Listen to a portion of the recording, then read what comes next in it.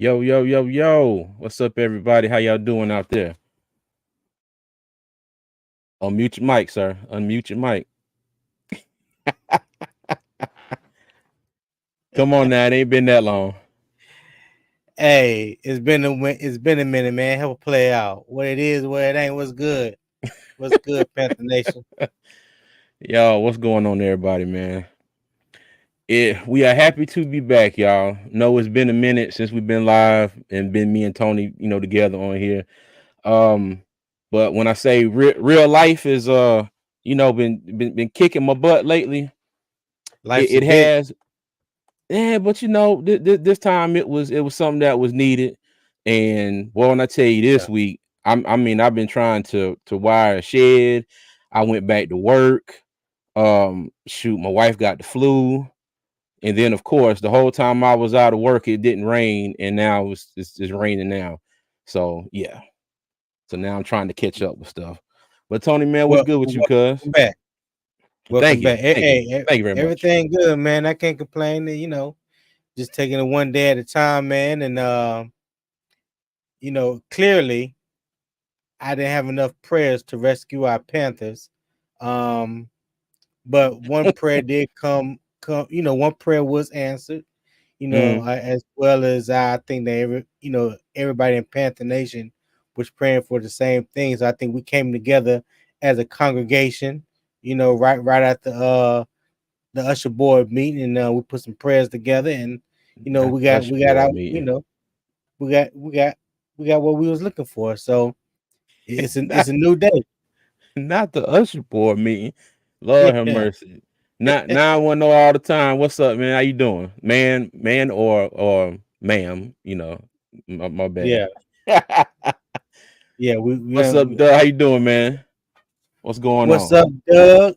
What's good with you, my boy? Yes, and like what's up, Doug said here now. If you haven't already, please hit that like button. Subscribe to the channel. We are still on our way to Sir. 1,000 subscribers.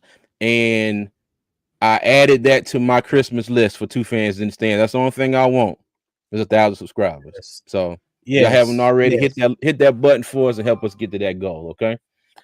So Help Tony, us help you. so Tony, to say that this has been a wild week would be an understatement. Oh yeah, ain't no But doubt about that. yeah, this has probably been the busiest week that Panther Nation has had since training camp. As far as things happening and stuff to talk about. And I we're agree going to with get you. into and we're going to get into that in a minute, okay? But first, what I want to do, all right, I want to start off with the Tampa Bay game because I don't want to gloss over the fact that we do have a game tomorrow at 4 o'clock. Okay. So we're Yes. gonna start off, we're gonna give a little bit of a preview of that game. All right. So Tony, Tampa Bay, give me your thoughts. Well, it's a great opportunity for us to get win number 2 for the year. Uh Hmm. Tampa Bay is not looking as strong as they have in the past. They have some injuries. Matter of fact, both of their starting middle linebackers will not be playing. That's Levante David and I forgot the other guy's name. But anyway, they're Devin White. The Devin two White, yeah. starting middle, yeah, the two starting middle linebackers will be out. So Hold up, hey, Tony. there's Hold up. I gotta interrupt you. Again, I gotta I interrupt you. see it. Did you see this here? Yes, he Lord have mercy. now. But before people get all excited, I don't want to kill nobody's joy. He's activated because his Mhm. 21-day window closes Monday. Now, just because he's Okay. activated, he may not be available Sunday. They activated him now because if he's not activated by Monday, he has to Mm, go on IR for the rest of the year.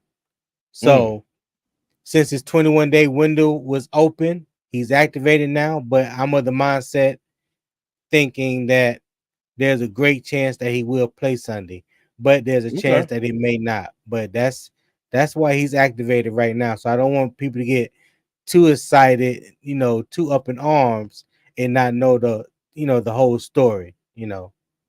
So yeah. Right. Okay. Thank you, Doctor Info.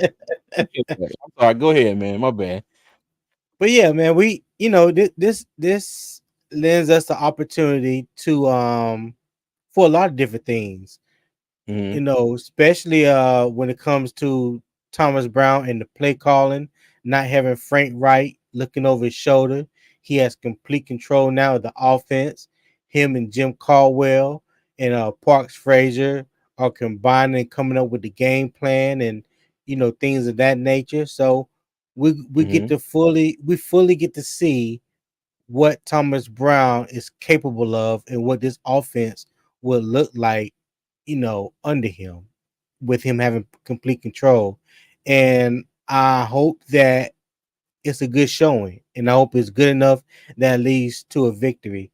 But I do want to point out one thing, because I've seen on Twitter where they want to emphasize that Carolina right now has the sixth ranked defense in yards given up per game, and they're fifth against the pass.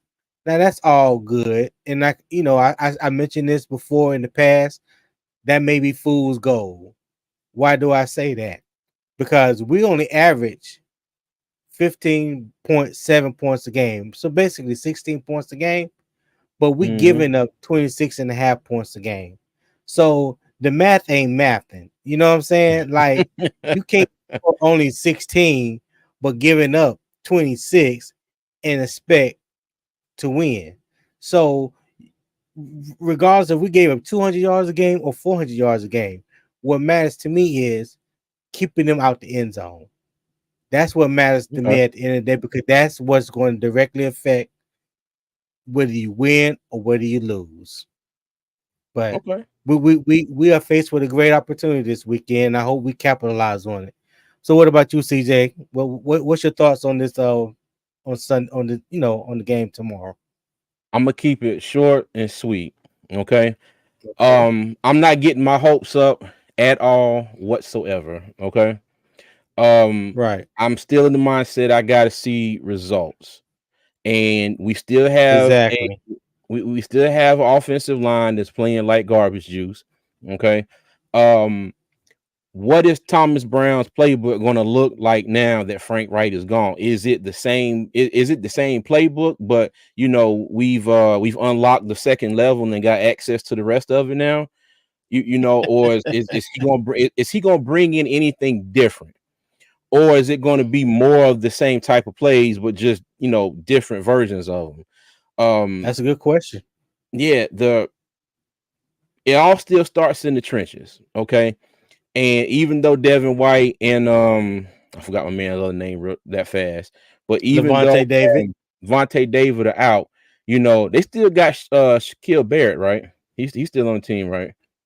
if I'm not mistaken, I believe so. If he Okay. is out, I don't know if he's hurt or not. I haven't. Yeah, I have to double check on that. Okay. Well, he's still there.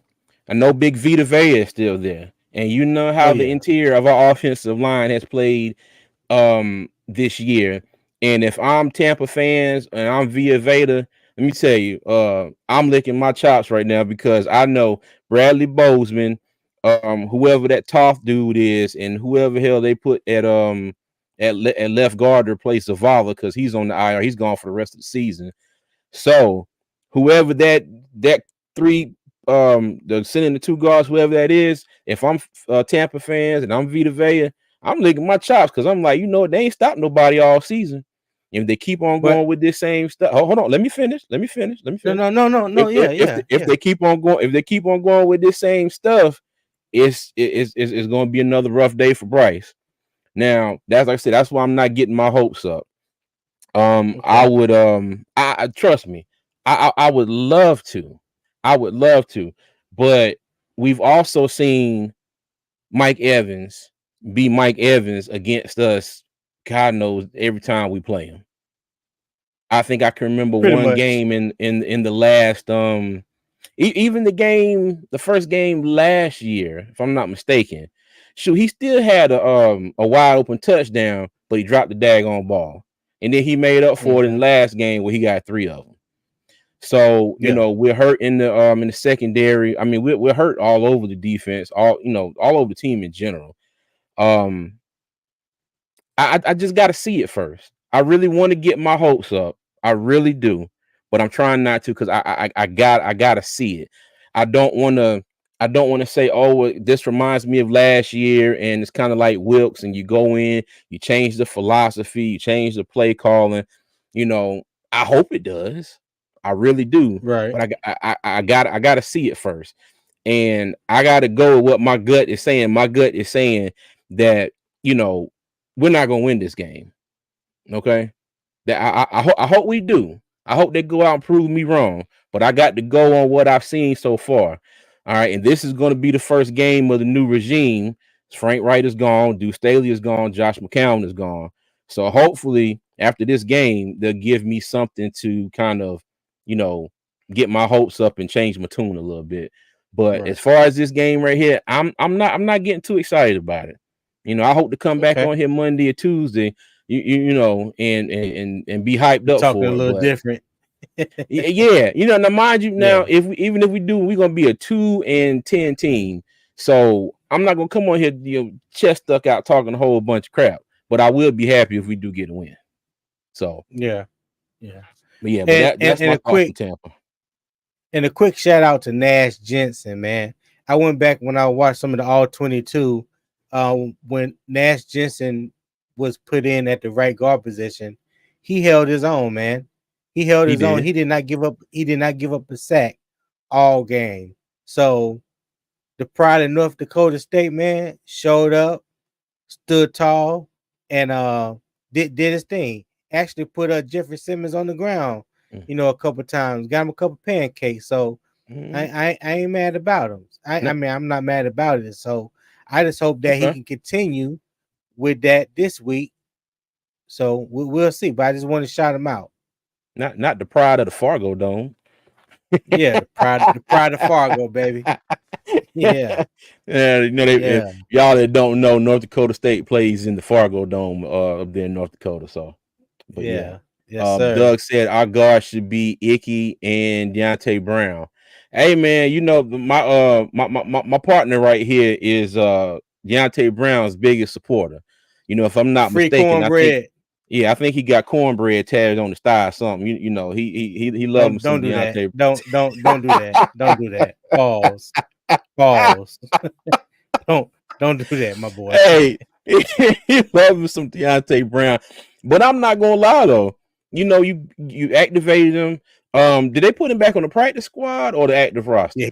he's on the practice squad. They haven't elevated him as of yet, if they elevate him at all, but he is on the practice squad.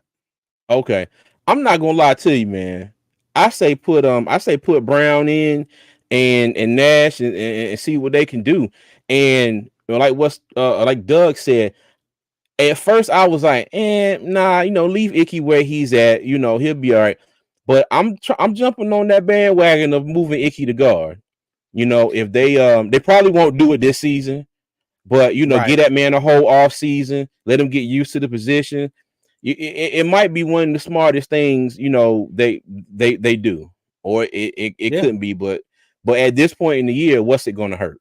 I mean, after the season, I mean, because I'll say not do it now, but after the season, what's it going to hurt to try? They got to do something because the I line is agree. trash. Okay, Yeah, I let me definitely see, Kevin agree. Hubbard, Panther Nation. What's up, Kevin? How you doing? What's up, Big Kev? 3-3. I guess he was laughing at my tattoo comment, but Oh, 336 Boston. That was the winner of our ticket giveaway, wasn't it? yeah, it was Boston. Did you Welcome get to back, go to the Boston. game? Yeah, welcome back. How Yeah, you doing? let us know, man. Let us know if you like, if you got the chance to get to go to the game and how did you like it and all that. All Let us right, know about your fan experience. all right. So Tony, real quick, we wrap this up with game preview. Give me a Okay. score prediction. Damn, you had to do that, didn't you? I sure did. I sure did. I'm gonna say 24-20 either way. No, sir. No, sir. No, sir. No, sir. Yeah, 20, that 20, 24-20 who? 24-20 who? Come on now. The hell with I'm riding with my Panthers, man. 24-20. New day. We're gonna come out and shine. Okay. All right. Well, Yeah. I'm still gonna rock with my with my previous statements about not having too much hope right now. I'm going to go 21-14 Tampa because I'm hoping that a lot of our games, if we could have just got one more touchdown drive, we would have won. Okay, we Mm-hmm. mustered one touchdown drive, or like in the Minnesota game where Sam Franklin had that pick six and took it back. But if we muster one more touchdown drive, we win a lot of these games. But I still don't have a whole ton of trust in our secondary, especially if JC Horn does not play. Okay. Okay. So I'm gonna go 21-14 Bucks, but I hope that I am wrong, and I will get back on here and apologize to everybody in Panthers Nation if I am. All right. So hold on a second. Let me see. Supernova Moore. Salute, fellas. Hey, salute. How you doing, man? Thanks for joining us. What's going on, Salute?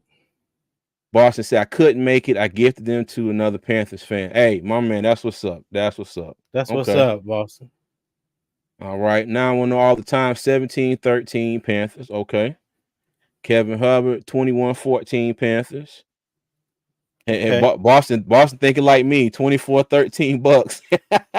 Well, the reason why I gave it to Carolina is Mhm. because their familiarity with Baker Mayfield. So we know what kind of quarterback we're facing. And I think with Evero, if we continue to play the too high safety, keep any explosive plays for over the top, you know, Mhm. I didn't say that right.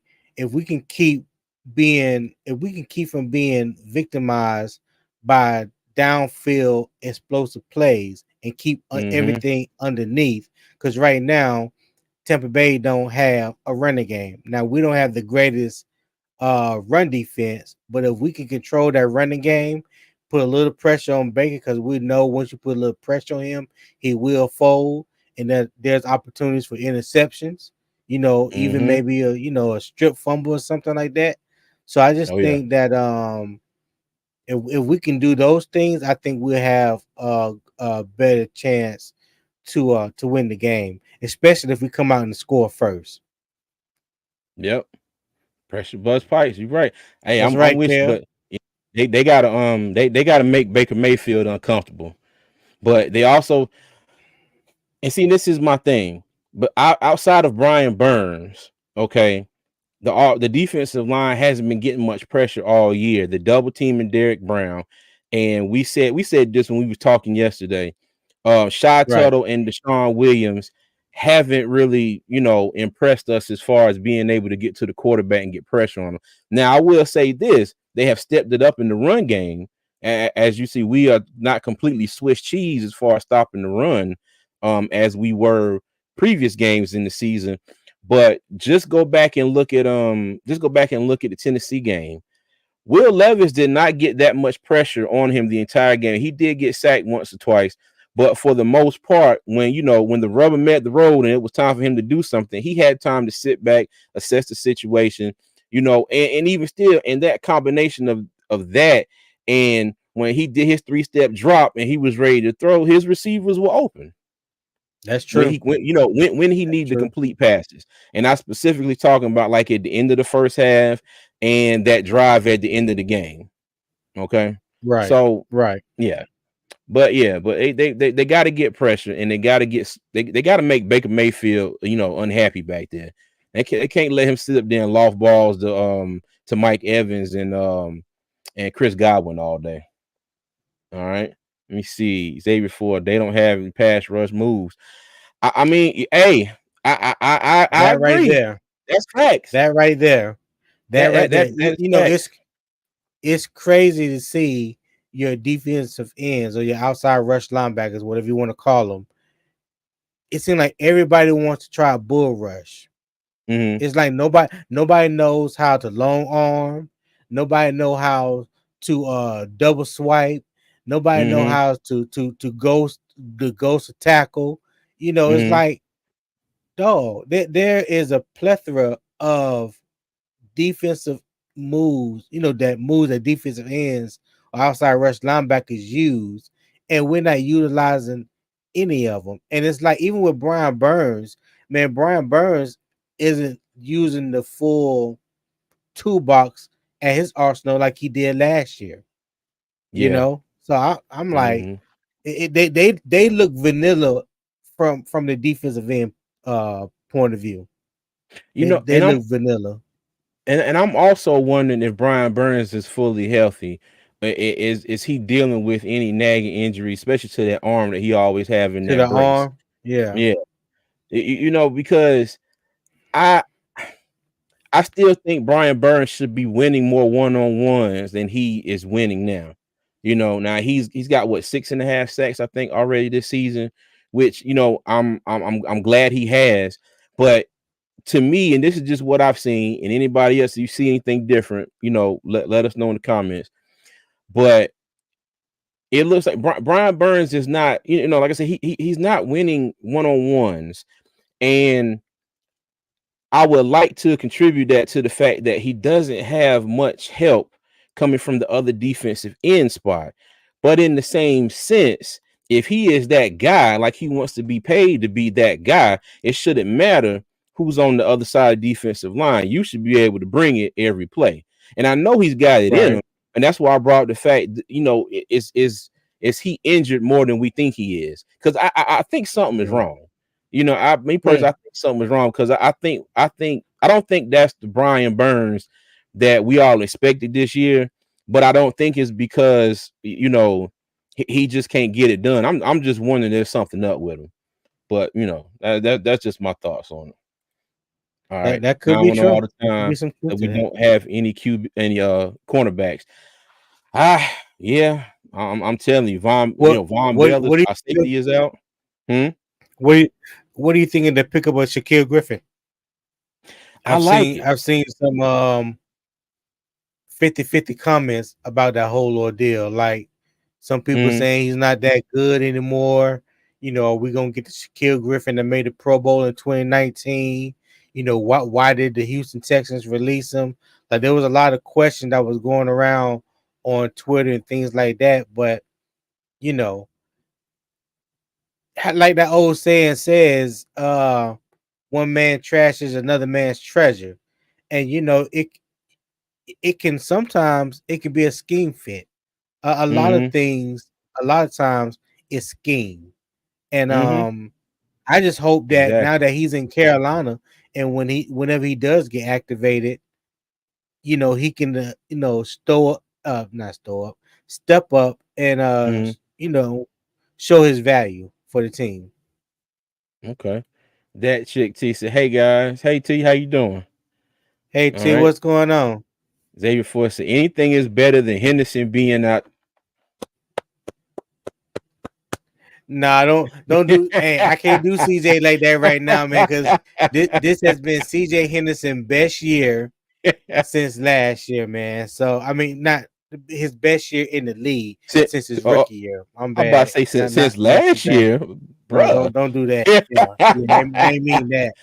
I ain't mean Ooh, that. boy. Scratch that. Mm. But I'm this glad. year, he has been solid up until he got hurt. I think he was out with a concussion, if I'm not Mm, mistaken. But yeah, I would like to see him back on the field and continue um being the player he was the first part of the season. So yeah, I hey, can't say that this year, but last year, oh yeah, you could throw him out with the bathwater. I just hope he went back and watched some tape of last year's Tampa game if he plays this weekend and go ahead and get that out get that out of his system. I don't want him to get out there in the field and he having flashbacks of touchdown Michael Evans 3 times. So hey. Let me see. Rock Jones said, "Would you pick up for Horn's 5th-year option? We almost have to, and pray he stays healthy." Hey, that's $1 million question right there, man. That is $1 million because is this is third year, right? Yep. Okay. My thought on that is if Horn comes back, plays out the rest of this season healthy. If he comes back next year, plays the whole season, gets through the season healthy, then I think that's something they're gonna have to look at. Okay. But Yeah. if he can't come back this year and then he comes next year and he gets hurt again, I like JC Horn. You the talent is there. You see it when he's on the field. You know, you don't really if anybody questions it, look at the Pittsburgh game from last year. Okay? Because who was it? Deontay Johnson started off hot, catching balls. All right. And then they switched Horn on to Johnson. You didn't hear from Johnson the entire game. And daggone CJ Henderson got torched by daggone what's a man name? I'm sorry, no Pickens. They put Pickens started off hot. They put Horn on Pickens for the rest of the game, and then CJ Henderson received to get torched Got by torched, but Deontay Johnson for the rest of the game. yeah. Yeah. Yeah. But it's got to be some conditions in there. He I would say he's got to stay healthy for the rest of this year and the rest of next year, and then the end of 2024, they look at it and evaluate it and see what they want to do. So here's my thing on that whole CJ. I'm sorry, on JC Horn. And somebody put up a stat on Twitter the other day, and it showed JC Horn has played a total of 17 games in 3 years. That's one full season in 3 years. That means you have missed at least 2/3 of your NFL career thus far. Yeah. So I don't know how much of a dog he is when he's on the field, but You got to stay. you got to stay on the field. It don't mean nothing if you're not on the field. You know what I mean? So you talking about picking up somebody's 5th-year option and how much that 5th-year option guarantees them, and then once you pick up that 5th-year option, then you got to talk about signing him to a long-term contract, extension, whatnot, and what kind of money will he be commanding at that time? And then people don't want to say, well, we have to look back and say he's injury prone. You know what I'm saying? People going to act like that word doesn't exist or shouldn't be connected, to him. But it is what it is. You know what I'm saying? Yeah, if he comes back and he stays healthy the rest of this season, and he comes back and plays a full season next year, I wouldn't have no problem with Carolina picking up his 5th-year option. But Okay. if he come back and can't finish out this year and gets hurt again and miss significant time next year, I wouldn't do it. I wouldn't do it because that's where the business part of the game comes into play. That's when you have to take out your feelings and your emotions and say, "Oh, well, he's a good guy, he's a dog, this and that." But what is he doing for you on the business side when it comes to, Yeah. paying a player, and what kind of production are you getting for that play? So you got Yeah. to factor in all those things. Hey, he might be a dog, but damn it, he stay at the vet, son. I swear. Yeah. He Lord, forgive me, please. That was a good one. That was a good one. Forgive me. That was a good Forgive one. me, y'all. I I'm give you sorry. that one. I'm sorry. He He stay a at the dog, but vet. he stay at the vet, man. I Wow. swear. Wow. Oh God. Now I don't know what time to say he likes Griffin better. Yeah. Vernon Moore. How you doing, Vernon Moore? I don't know if I've seen you on the Hey, channel before. that's my homeboy, man. Me and Vernon go back, man, about good 25, 30 years. That's my homeboy Vernon, man. What up, V? Okay, you know him since you was what, 60? Yeah, since I was 60. Yeah. Uh-huh. I'm sorry. That was weak. That was weak. That was Hey, weak. I'm sorry, man. Hey, Carry on. I ain't been on in a while. I got a lot of them today, man. And Doug say smash that that was like so button. weak. Hey, it was funny to me. All right, Doug said smash that like button. Yes, please, y'all. If y'all are new here, hit that like button. Consider subscribing for us. We're on our on our way to our goal of 1,000 subscribers, y'all. And we would Yeah. like to get there before Christmas. And if y'all can help us do that, we greatly appreciate it. So hit the like button, help us with the algorithm, and subscribe to the channel. All right, that Chick T thumbs up.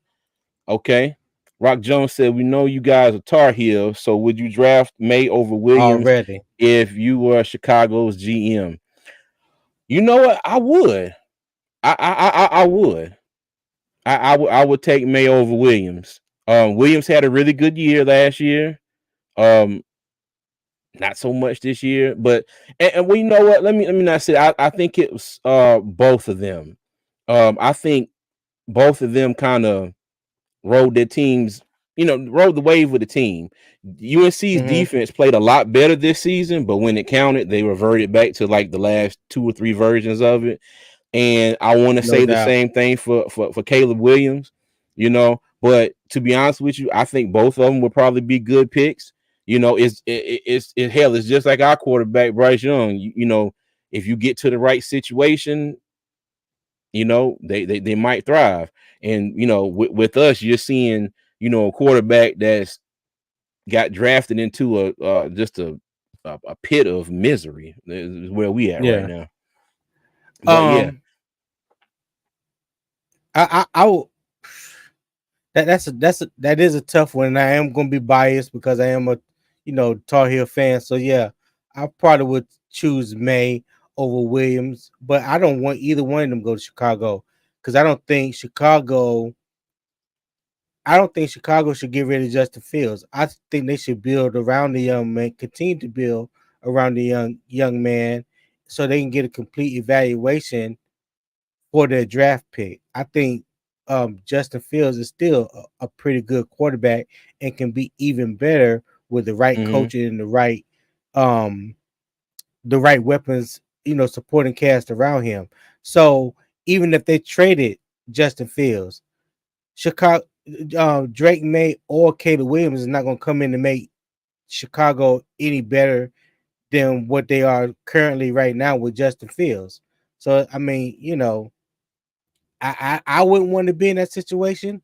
I think Mm-hmm. you should just build around with what you got and use those picks to help you do that. Marvin Harrison Jr. Okay.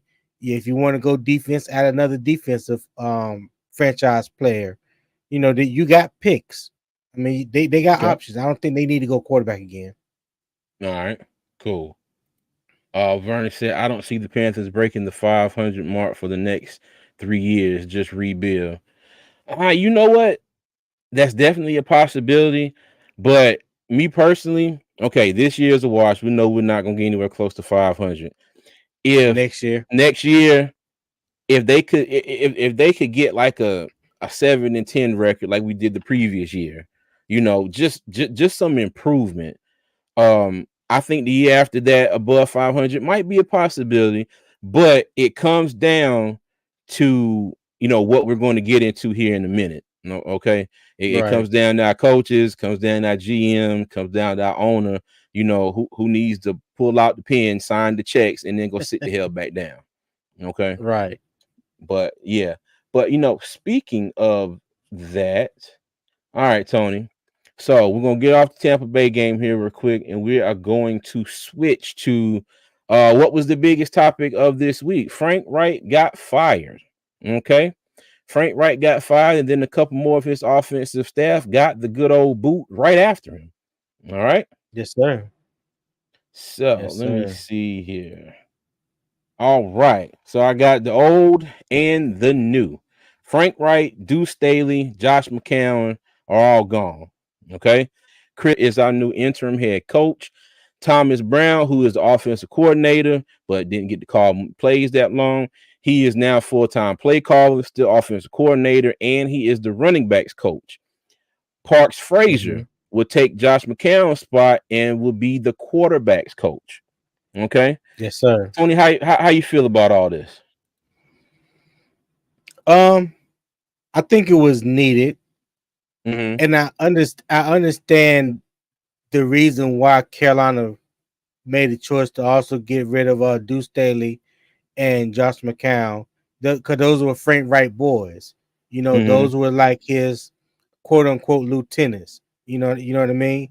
And I think they felt like to get a smoother cohesiveness with Bryce Young and the offense and everything going forward, they needed to remove that. Not saying that Josh McCown or Deuce Staley were bad. You know what I'm saying? It's just the fact that those were Frank Reich boys. So when you make a Mm-hmm. coaching change, things of that nature, there are some people that's going to, I guess you want to say, not fall to the wayside, but they're going to become victims because of their relationship with the head coach, or if it was the offense coordinator or defense coordinator.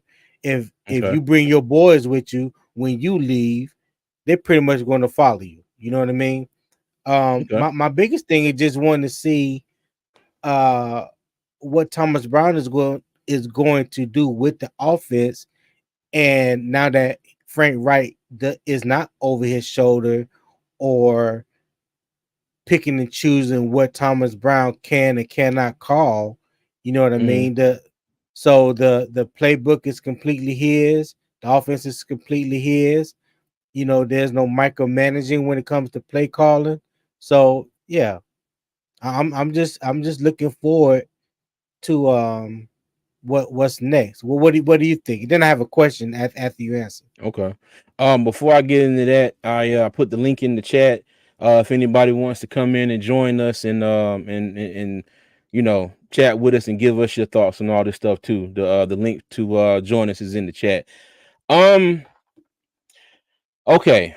I'm gonna be honest. I was hoping that Frank was going to make it the whole season because I really didn't want to see him get fired halfway through the season. 2 years in a row. I think he's the first coach to done that since Yeah, first in since NFL history. oh, okay, Yeah, gotcha. first in NFL history get fired mid-season, back-to-back years, Okay, so he's one of one. Okay, my bad. 1-1. He's one of one. But He's the blueprint, yo. yeah, Frank Wright was stubborn. Okay, and Yes, this facts. my opinion. Frank Wright was stubborn, and I've been saying this for the past 2 weeks. Frank Wright has been trying to fit a square peg in a round hole. Okay, and when I say that, you see the offense, okay? You see it's not working. Whatever he's trying to do with Bryce Young, it's like he was hell bent on doing it his way. And nobody was going to tell him any different. He got up in that press conference. We are not a power running team. Okay, well, sir, you might want to try to throw in some power run schemes in there somehow because that's what the offensive line was built for, and that's what they were good at, last year. Okay. And then in the Tennessee game, you saw Bryce Young back there. He was under center. Okay. He was doing a little bit of play action under center, rolling out on the bootleg, trying to find receivers and stuff like that. And you saw that running game open up because Miles Sanders was even getting some opportunities. Chuba Hubbard was running the ball good. Okay. But then, like that game and the game before, especially the Dallas game, okay, they Right. were running the ball on Dallas. They were lining up playing smash mouth football, running it straight at Dallas to get down to the red zone. Then you want to get cute with it. You go back to this zone blocking scheme. Next thing you know, all four of Dallas defenders are in the backfield before Miles Sanders could even get the handoff. So, I mean, and it looked like the play was designed for him to have a cutback to the left. But when he got the ball, their entire defensive line was past the offensive lineman. Offensive lineman were turned around like Jesus. Like somebody please help me. This ain't right. But Yeah. it's like, sometimes it's like he might have threw in a little bit of that, just to kind of appease the fan base, or just to be like, well, I tried this and that. But I don't think he utilized it to the full to its full capabilities. Okay. And I just think he was stubborn. He was trying to make something work that would not work. And if you followed this channel since we started last year, I always preached about adjustments, adjustments, adjustments, adjustments. And it seemed like he was not willing to make any adjustments. So Right. you know, Right. I am I feel for him. I wish he could have made it the entire year, but at the same time, it was necessary. It was going to happen. After that Dallas game, I promise you, he stood up everywhere he went around that stadium. Because if he sat down anywhere, they're gonna have to call the fire department. Because whatever he sat on was on fire. That seat was hot. Okay. That seat was Yeah. hot. It was flaming. but it was necessary. Okay. What do you think about Deuce and McCown getting fired? They were just a process of of elimination because of Frank got Mm-hmm. fired. But let me go back to Frank Reich real quick. One thing that I didn't understand. Typically in the NFL, when you draft a quarterback first overall, top 5, or even in the first round, and you're looking at this quarterback to be your franchise quarterback, right? Typically, most teams do, they will design their offense around said quarterback. They look at that quarterback and see what he did in college, what made him successful, you know, what kind of throws he like, what he's good at, things of that nature. And it doesn't seem to me that Frank Wright did that with Bryce Young. At Mm-hmm. Alabama, Bryce Young ran a lot of shotgun, pistol Mm-hmm. formation, ran a lot of RPOs, things of that nature. That's something that Frank Wright didn't want to do because Mm-hmm. it wasn't part of his triangle read offensive scheme. You know, his and it's crazy because when I look back and I went back and when I analyzed the triangle read offense, I didn't really catch how they didn't use a lot of motion. And in today's NFL, you have to use motion. You have to dress it up. You know how they say the window dressing, the eye candy, because you have to make with garbage shoes. You have to make the defense think. If you just let them just Mm-hmm. sit back flat footed, you know, pin their ears back, and they can just pinpoint exactly what you're going to do based on your alignment, and you're not giving them anything to think about, they're going to come firing off the ball, and they're coming right at you. And then what it does, it shrinks the field.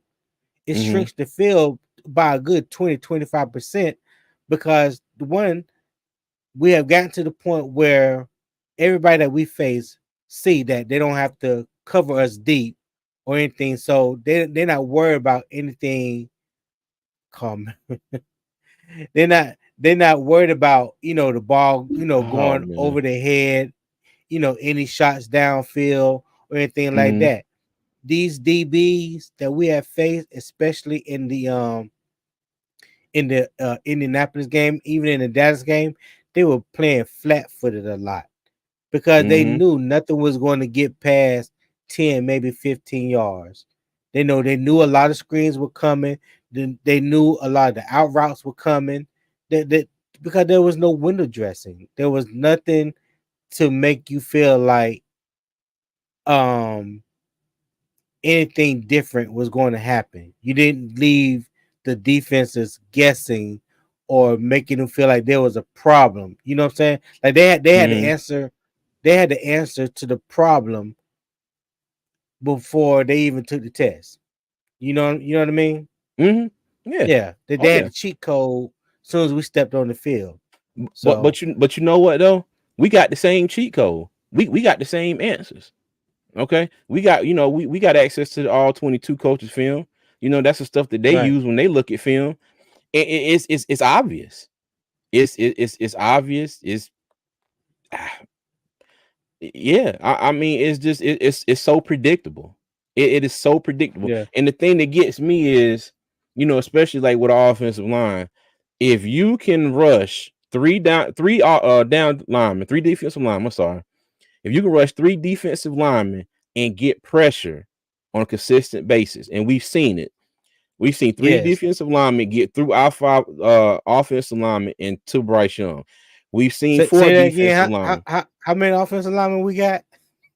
I'm sorry, defensive. Oh, our five offensive linemen. Yeah. How many they were rushing Three and they were still getting where? to Bryce Young. Okay, my bad. I thought I said something wrong there for a second. I was like, No, hold up. no, no. Because But me and you talked about this last week on the phone, and I was like, mm-hmm, no matter what play you run, there's gonna always be 5 offensive linemen every time, hands yeah, down, without every question. time. And if you can constantly get pressure on the quarterback rushing 3 or 4 players, that means your O line sucks. Mm-hmm. And sometimes I think it's the blocking scheme too. Because look back at the Tennessee game. I can't remember my man's name from Tennessee, but it was defensive end. He came off the ball scot free. Everybody on the offensive line slid to the left. They slid to Mm-hmm. the left. Taylor Moton was standing there just like this, doing this with nobody to block. And that guy went to by his right side straight to Bryce Young. And when I look back at that, I'm just like, okay, was he, was it that bad of a on Taylor Moton's part, or was that just a blocking scheme?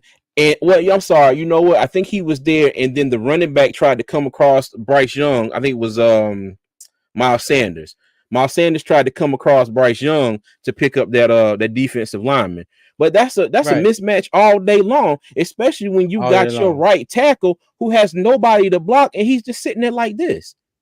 I mean, he literally just What stood there going back and forth on the play, and my man gone.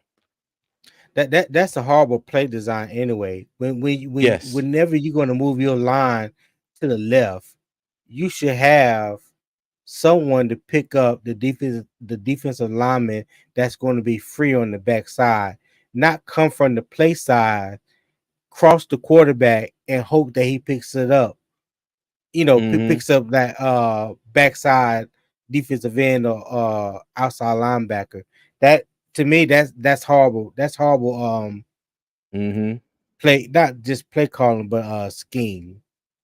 Yep. Yeah, And let me see a comment here. H4R Lifestyle says, think we still should have gotten CJ. And you know what's crazy? Me and Tony both wanted CJ Stroud when before the draft. But I'm still in the thought process that if CJ Stroud was here, and this is what I try to talk to people about, excuse me, especially at work. I get into these conversations and junk talking sessions at work all the time about Bryce Young and whether we should draft Stroud. You put Stroud right here, right now, the way this offensive line is playing, okay, the way that the game is being called, the way our play calling is, everything the same. I think CJ Stroud would struggle too. Okay. he would And get that same work. I think he would. Okay. Now, not saying that if Bryce Young would have went to Houston, he would be over there lighting Houston up like CJ Stroud is. But the thing is, we don't know that. He might be in Houston right now. He might be playing good. He might not be playing CJ Stroud level, but he could damn sure be playing better than what he's playing now. All right. And I just like to bring that up because I say this: there's blame to go around. Okay. And yes, I do support Bryce Young. Me and Tony do too. He's our quarterback. Okay. That's right. And it's not all on him, but at the same time, he's not, absolved of any blame himself. Okay. He has had bad moments. He has had bad throws. Okay. Those them 2 pick sixes versus Indianapolis were on him. And we said this last week, when I'm sorry, but the previous game on Dallas, when he threw that pick six to Bland, I think there was a lot more to that play. That was a really good play by Bland and a really kind of, some lazy route running by Mingo. Horrible, Okay. horrible Yeah. right running. But in the same sense, Bryce still he threw a pick six. But it's it's enough blame to go around, and that's what I try to convey to people. Bryce is not blocking, he's not catching passes, he's not trying to get pressure on the opponent's quarterback, he's not playing linebacker, he's not playing cornerback, he's not on special teams, he's not a kicker. Everybody acts like he's at the concession stand, he's parking cars, he's telling people where their seats are at. I mean, it's that's the type of stuff that kind of gets me. They really act like Bryce is the only player on this team. He's doing everything, and everything is his fault. Okay. But I will say this: if that's your opinion, You are entitled to it, and I respect everybody's opinion. Okay, but I just let everybody know that over here, two fans in the stands, our opinion is different. Okay, Yeah. I think we like to look at things objectively, and I want to say this too. I think a lot of the hate for Bryce Young is because of the trade. Okay, we traded up, we got rid of DJ Moore, we jumped in front of Houston. Houston got CJ Yeah. Stroud, and now he's over there balling out. But one thing I want people to remember: CJ Stroud has a completely different head coach. That's number one. Number two, he has a completely different offensive coordinator. All right. Number three, they run a completely different offense than what Frank Reich was running here in Carolina. Number four, they have a completely different owner who seems like he knows how to sign the checks and go sit his butt down somewhere. All right. And number five, they have a completely different roster. And I keep hearing people saying that Houston, Texas roster is trash and is worse than the Panthers. Well, you know what? Even if that's true, the head coach, the coordinators, they are getting the best out of that roster. And that's something that we are not doing here in Carolina. And that is one of the biggest glaring differences between Carolina and Houston. But people have the blinders on, and it's Bryce Young, Bryce Young, Bryce Young, Bryce Young. Mm-hmm. That's why I say Yeah. take a step back, look at it objectively. He is not perfect. Okay. He is not perfect Right. by any means. He is a rookie. He has made a lot of rookie mistakes, but it's not all on him. There are 10 other guys on the field with him on offense. And then at the same time, it's a team game. So there's a whole defense out there giving up points too. Even though I got to shout out the defense because they have played great the last few games. They've definitely held their own, and it's pretty much been on the offense to keep up, and they haven't done it. So let me say that before anybody jumps on me, okay? Well, let me say one thing about that you didn't mention, and one thing that I've always harped on, and we've had this conversation, and I will always die on this hill. It all starts in the trenches. So Mm-hmm. we can say, what kind of offense, we should have installed, what offense we think could be good for Bryce Young. We want to, take more shots downfield, all this and all that.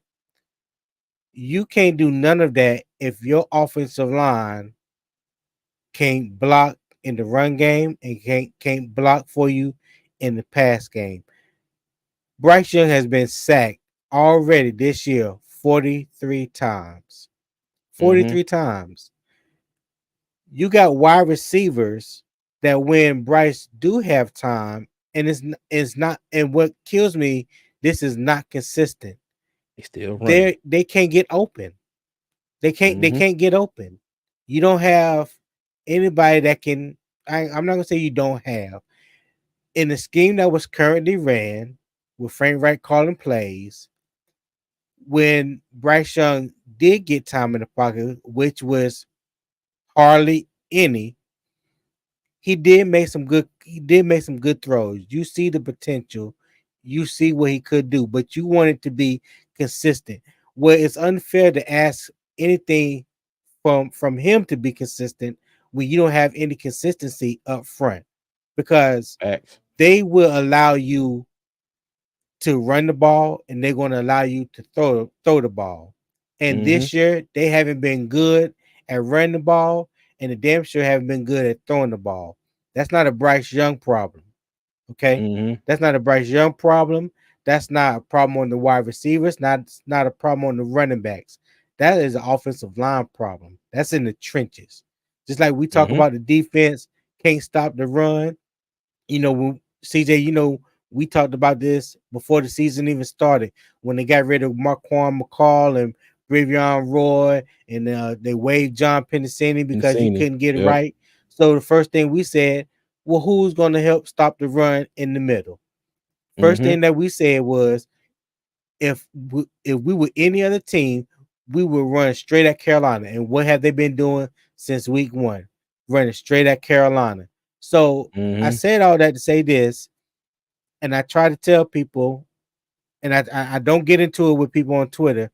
Like I understand people want to say this and say that, and it's all good for clicks and whatever the case may be.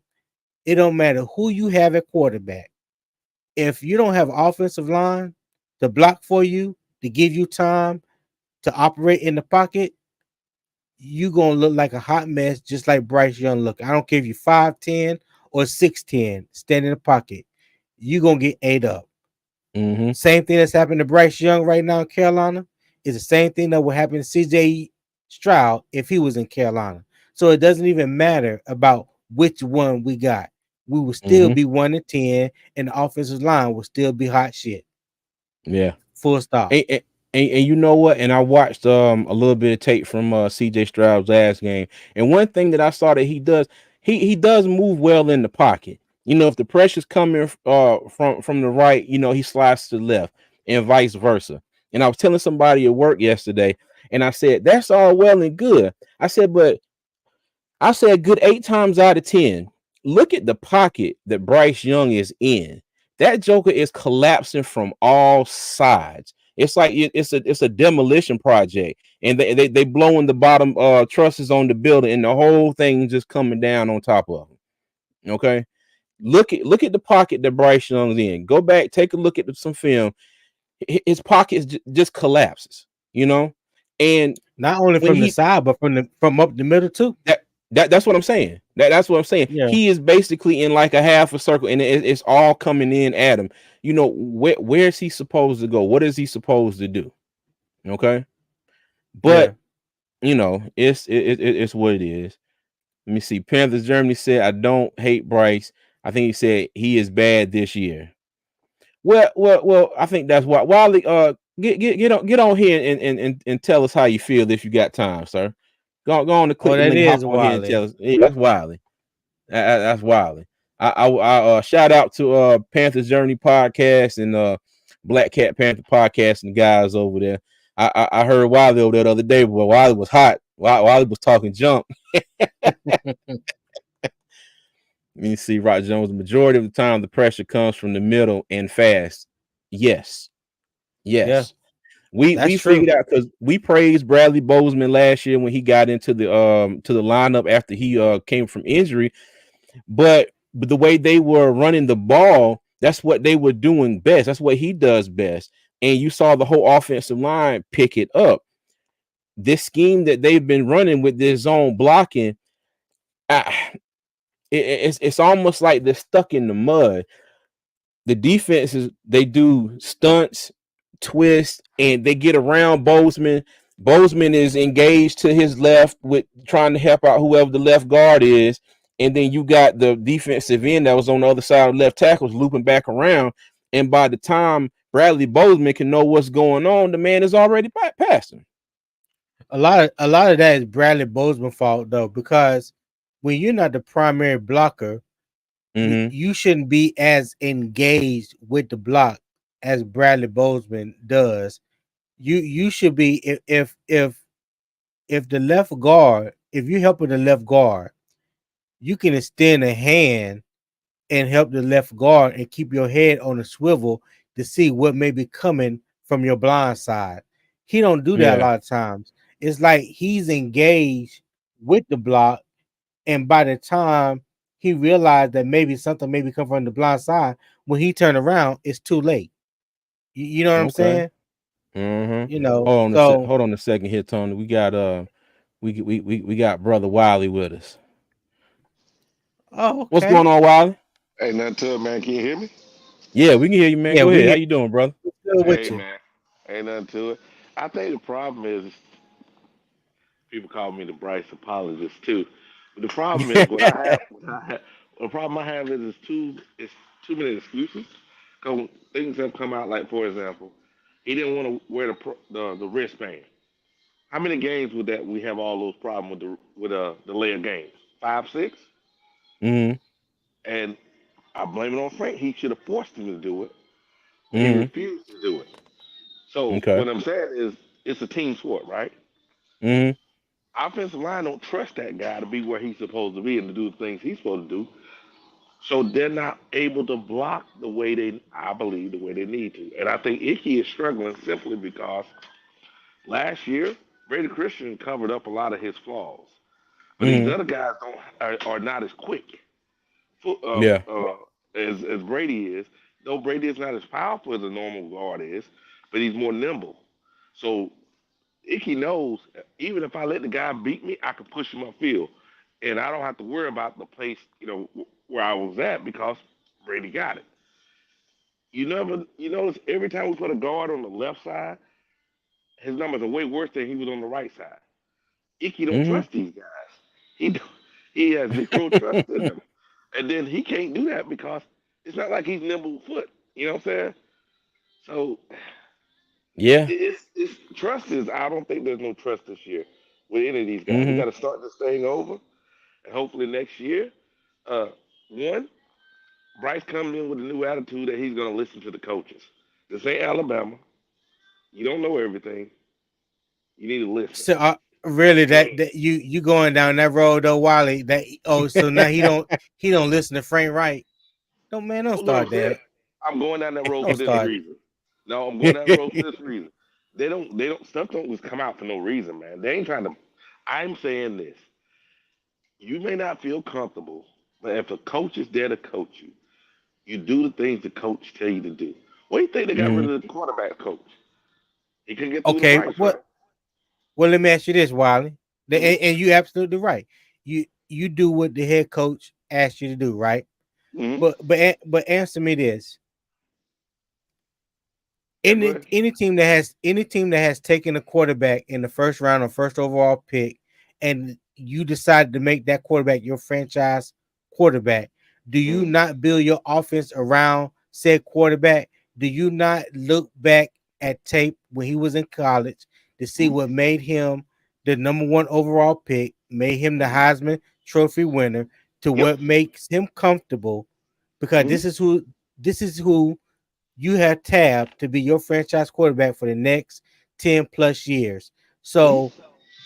do you remember at any time seeing Bryce Young reading off a play sheet off his wrist in the But he game was, while he was at Alabama? but he couldn't No, but he couldn't process it. The problem that's is, not true. no. That's What I'm not saying, that's not he was that hold up, that is hold up, not man. Hold that Hold is on. on. Let, not let, let, true. let him finish, Tony. Let him He finish. was Let him finish. calling the plays in, and between him and the head coach, it was unable to get it out, and they would only have 3 to 4 seconds before they got to the line to actually call. I mean, for the play to start. So 4, 5, 6 seconds. So between him and the head coach, there was a problem.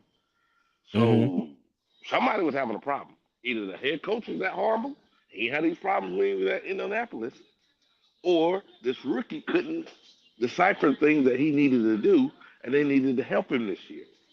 Well, I beg to differ. Look, just a Go little ahead. bit. You say he had them Mhm. problems in Indianapolis. The man got fired halfway through last season at Yeah, but Indianapolis. I'm talking about. Think about those other years.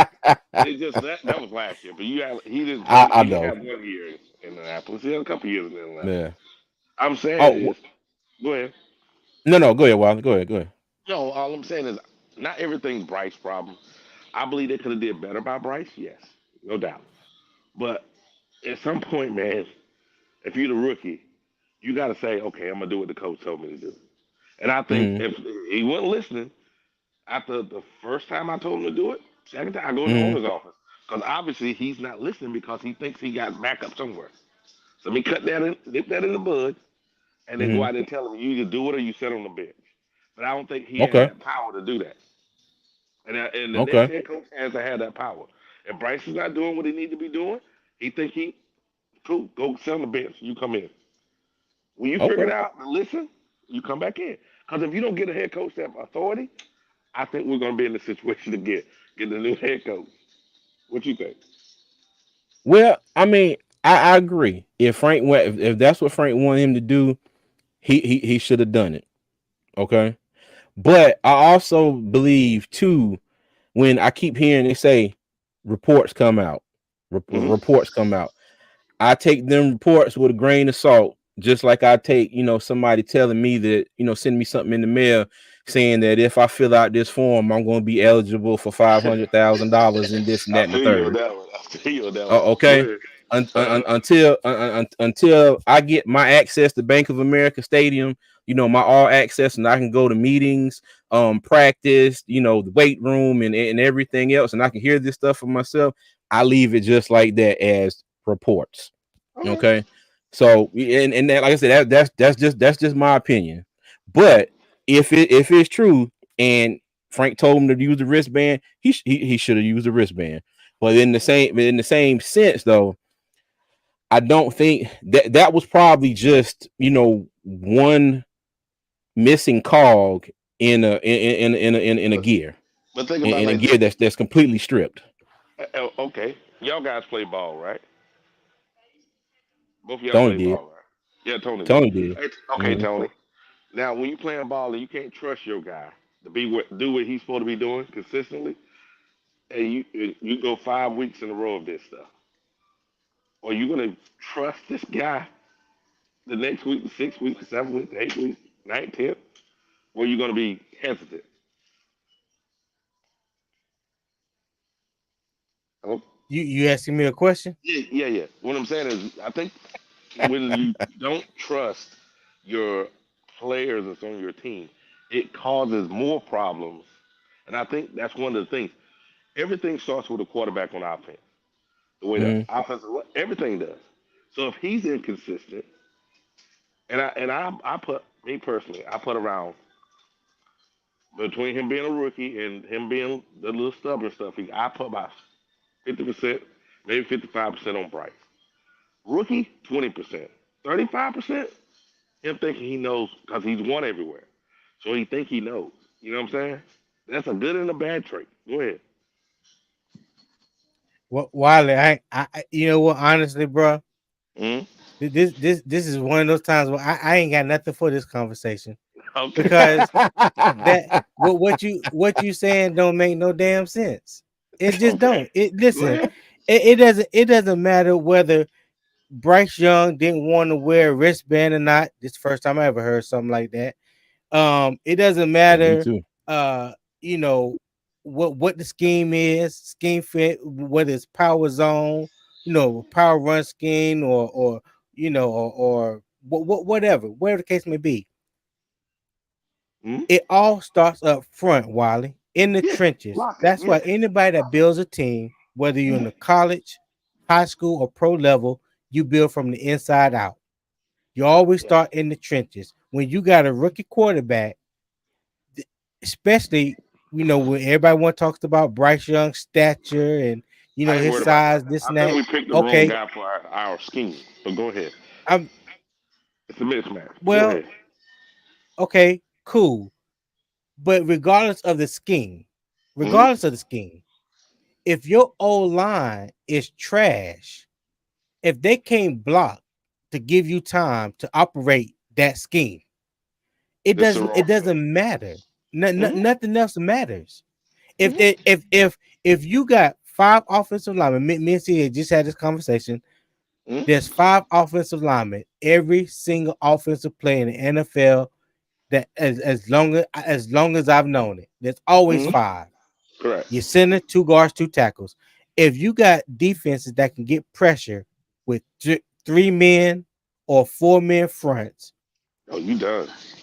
Drop on a 7 and 8. constant on a consistent basis, they're not even rushing. They're not even blitzing. They Uh-uh. rushing Mm-hmm. three or four and dropping 7 and 8, And and they are sometimes they ain't getting even doing swim home. moves. They ain't even doing swim moves sometimes.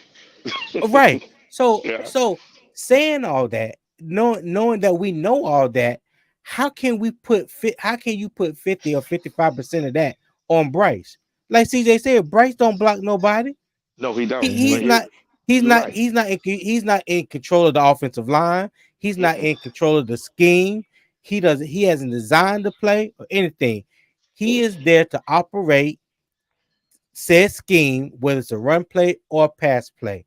When it's pass play and Mm-hmm. you only got 1.5 seconds or less to operate, you Not are enough going to time. get your head knocked off in the Understood. NFL. Understood completely. But Mm-hmm. Hey, and Wiley, go ahead. hold on. I'm gonna interrupt you, but it is. I said this early before you got on. There's enough blame to go To go. around. Oh yeah, yeah, It is enough blame to go around because everybody calls us Bryce apologizers or apologists Apologies. Yeah, go ahead. or whatever. You know, I just like to think that we sit back and take a look at this. That's like CJ Henderson when he got to Carolina. I was excited. I thought that was a good move because Yeah. the brother like he had potential. Okay. He came here. He hasn't shown any potential consistently over the time that he's been here. He's been here what 3 seasons now? Because 4. he came in on in JC Horn's rookie year because he Yeah, you're played right. that first game versus Yeah, Dallas. So that's we've true. had 3 seasons of him, you know, playing subpar. Now, mind you, this has probably been the best of his 3 seasons This the best. so far. Yeah, Yes. it's the best of his 3 seasons so far, but he's hurt now. But he showed us 2 years of below average play. So when it came this time this year, yeah, he was catching the smoke from me, and it was catching smoke from a lot of folks. Okay, Bryce is 10 games into his rookie year. And that's all I say. When I say people look at it objectively, now mind you, I want to reiterate, everybody's opinion is their opinion, and I respect everybody's opinion. Okay, but just say that we make some moves in the off season, we get this ship going in the right direction, and when we talk about the offensive line, we're not saying that Bryce Young needs 35 to 40 seconds to sit back there in the pocket and process a play.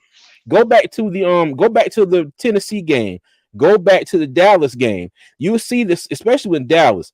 Those long developing routes that he throws to that tight end Ferguson across the field. Dak is back there and he's got time. He's like, nope. Tight end comes open. Let me hit the tight end. Bryce Young on probably about 80% of his plays, he's like 1, 2, 3 step drop. And he's got somebody in his face grabbing him. Then in the occasions that he's back there and he has time, you go back and look at the play. The receivers are running routes out in the parking lot. I mean, they done ran through the end zone gate. They done ran through the concession stands. They out there crossing the damn street trying to do comeback routes. Come on, man. I say that just to poke fun, just try to make everybody laugh. I say it just to poke fun. But I'm just saying, though, when you have a play call, your offensive line gives you time, that he doesn't get on a consistent basis. And then you got 4 wide receivers out on the route, and all of them are running 15-yard comeback routes, and he's still waiting on them to get separation and get open. And then your offensive line, they're like, well, boss, we gave you all we could on this play. That's it. We gotta let them go. We can't hold them no more. Hey, that's all we saying. Yeah, I think just personally, I think it's a combination of this. The play design, the current offense doesn't fit our blocking scheme. The way these guys were blocking the year before, it doesn't fit. It doesn't fit, man. It's like you got these guys. You got guys that are usually running straight down the field, right, blocking. And you tell them to go side to side. They're like, "Well, dude, I'm not good at side to side. I'm good at straight down the field." And we're going, go side to side, and they're going, oh, shit, I'm not good. And instead of saying, and I don't know why they're doing this, maybe it was just Frank being hard-headed, but I thought they said, you're going to look at your players and design it to the script of the players. That hasn't happened. Nah. And then looking at Alabama, so I went back and looked at Alabama film. I said, okay, if they were blocking the way they were last year, would that help Bryce, right? Would that help Bryce? Hell yeah. Hell yeah, that'll help him. Hold on now. The thing is, if we were straight running, run first, and it's play action, right? Play action. I think it would help him, but that's not Frank's offense. So glad we got rid of Frank. So maybe we can see something with Thomas, and they bring in something that fits the players we got, and we can evaluate our team. That's the one thing I'm really looking forward to. I don't want to win no more games. I want to evaluate the team, make sure we keep the people that can fit next year, and move forward. Yeah. Hey, I agree. I ain't gonna lie. On that. I ain't gonna lie. I heard you. I don't know if it was yesterday or the day before when you were talking about. You was like, I don't want to win another game for the rest of the season. I want that first pick. And then I think it was Pop. Poppin was like, hold on. We gotta explain something, y'all. While he ain't saying, you know that we don't want about the first round pick. He's saying we want that first pick in the second round. In every other round that we got the first pick, yeah. Yeah. I ain't Yeah. gonna lie, I had to laugh at that, and I said, "Damn!" I said, "Wiley on one today, boy." I said, "He hot." Yeah, but everybody keeps saying we can't give it away. I'm like, but you're gonna screw yourself not trying to give them the number one pick. But you get a number one pick, which is 33, which is Mm-hmm. one pick from the first round. And then they Yeah. say we trade Brian and all this other stuff. I'm like, so you're gonna trade Brian, your possible, you know, uh, starter for the next 5 years or six, maybe even 8 years, right? Mm-hmm. For a pick that's five places ahead of where you at. Because it's going to be a playoff team. So you're going to get Yeah. what, 26, 27, 28? You know what I'm saying? You're going to go six picks and four. Come on, man. That don't make sense. So you're not going to get an equivalent player at that. Even though you're in Mm-hmm. the first round, you're not going to get an equivalent player. But you're in the first round. Yeah. Hey, Hmm. you know what? Hmm. One thing I think they should have kept CMC. Okay, I still don't understand why they traded him. Yeah. But We they don't. did they traded him, and I Yeah. think at that time, if you were going to get rid of Brian Burns, then they should have went ahead and took them first round picks from the Rams. Okay, Mm. and if And kept everything would have CMC. still panned out the way that it has now, we still have a number one pick, even though just say everything else was still panned out the way it did now. Maybe everybody wouldn't be quite so pissed off because we traded for Bryce Young and we don't have a first round pick to go up and get some more talent that we need to put, to put around him. But if anybody out there is familiar with the HBO series The Wire, okay, Yeah. Yeah. Yeah. I remember that. in Baltimore, Yeah. and there was a certain drug dealer, Marlo Stansfield, I believe his name Yeah. was. Yeah. I think Yeah, Yeah. Marlo Marlo Stansfield, Stansfield. and there was a Yeah. scene when he got up and he was at the I think it was a co-op, and he was like, "Hey, let everybody know the price of the brick done gone up." But see, but Exactly. and that's what I think has done in reverse with Brian Burns. Now everybody's looking at Brian Burns, especially after he's been playing this year. I still think he's good, but he hasn't been playing up to what I see the whole fuss was about his contract. But Okay, you know what so though? I'll take it though, CJ. I'll take no, it. no, I'm Go just, ahead. I'll take it. I'll take it too. But I'm saying that to say, as far as people talking about, oh, we got to trade Brian Burns. I think the price of the brick done gone down with Brian Burns because we Yeah. were on, no, I was on, who was it? What's Up Doug the other night. And, Hmm. I think, Twan Don was saying it's like you take something to the thrift store or pawn shop. Oh yeah. And if Yep. they Yep. and if they know if they see that desperation in you, what you think they're gonna do? They gonna Oh give you yeah. top dollar or above market value, or they gonna No. sit there and try to dwindle, and try to Bartering lowball time. you. It's Yeah, bartering time. it's bartering time. It's bartering time. When the Mm-hmm. Rams offered them 2 first round picks, it wasn't bartering time. The Rams was like, "Hey, dog, we got a whole bag here. We got two of them. Here you Hmm. go. Give us what we want." And now everybody's gonna be sitting back and looking like, "Well, you know what? But I'm good." Or this is my offer. Take it or leave it. Oh, you but leave it? Okay, cool. You have a good season. We'll see you later. so I'm gonna say something crazy. That Go ain't ahead, crazy. Wiley. I think it's reasonable. Mm-hmm. I think what we've done over the whole CMC, uh, uh, DJ, and now Brian, right? We have players that are hard to get, and we're giving away for future opportunities. What you should, to me, should have did is kept the players you already have that you know is a known commodity. They wouldn't old. These are young players. None of them are over 24. You know what I'm saying?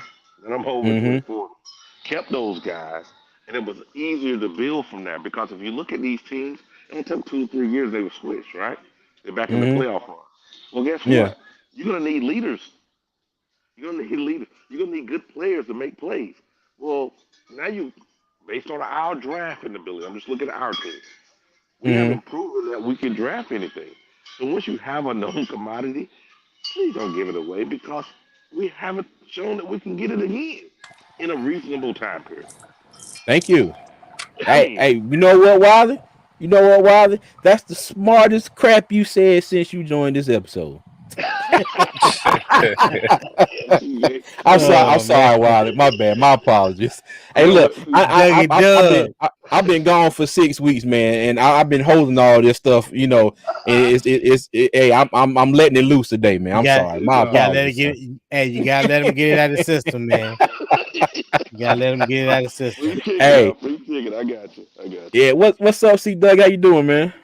Good, man. You know, I had to step out, I had a little breakfast and all that. But first, Okay, before I say anything, whoever is in the chat still, if you have not subscribed, the two fans in the stands, you heard what the Christmas gift that they want from YouTube and from their community and from their family. Get these gentlemen to 1,000 subscribers so that Christmas wish that they want can come true, man. These guys are putting out great appreciate it. content. Mm-hmm. 2024, like I've been saying for the last month, we working on some things behind the scene. You guys and Yes, you ladies would sir. not want to miss out in 2024 when we drop this new segment. It would not be Panther content, but going throughout the year, it will be brought back. But like I said, get these Tony and CJ to 1,000 subs, man. They're family. They're a part of the What's Up Doug community as well and family as well, man. So I appreciate you, gentlemen, as always. But Hmm. now let's get down to business, man. Hey, hold Um, on, Doug. Hold on, Doug. Before you get into that, same thing with our guest Wiley here. He has a podcast called Panthers Germany. Okay, so okay, y'all make sure y'all okay. go over there, check out Wiley, and and get his subscriber count up too. You know, we all shooting for the same goal here. Us Panther content creators. But yeah, but y'all go check out Panthers Germany too. Okay. All right, bet. Appreciate it. Hey, Wally, I'm gonna check you out, man. As soon as I get off, I'm gonna hit Tony or CJ up, so I'm gonna have my subscription over there by today, man. Okay. Appreciate you, brother. Hey, no problem, man. Yeah. A couple of things. I'm gonna go fast because I ain't gonna take y'all time up.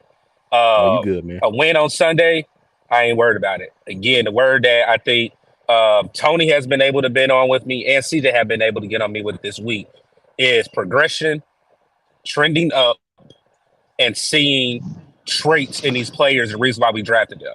I can care less about wins or losses because Chris Tabor is not going to be your new head coach of the Carolina Panthers. So I need to see No. Right. progression with Parts Frazier, who I am adamant about and need a lot of people to know who Parts Frazier is. You will see a difference in Bryce Young's quarterback play. I guarantee it. Okay. If I'm wrong, call me to the front of the church, do whatever you need to do, crucify me, say, "Oh, Doug was wrong," all this and that. But trust me, Parts Frazier is definitely gonna have a big influence on Bryce Young.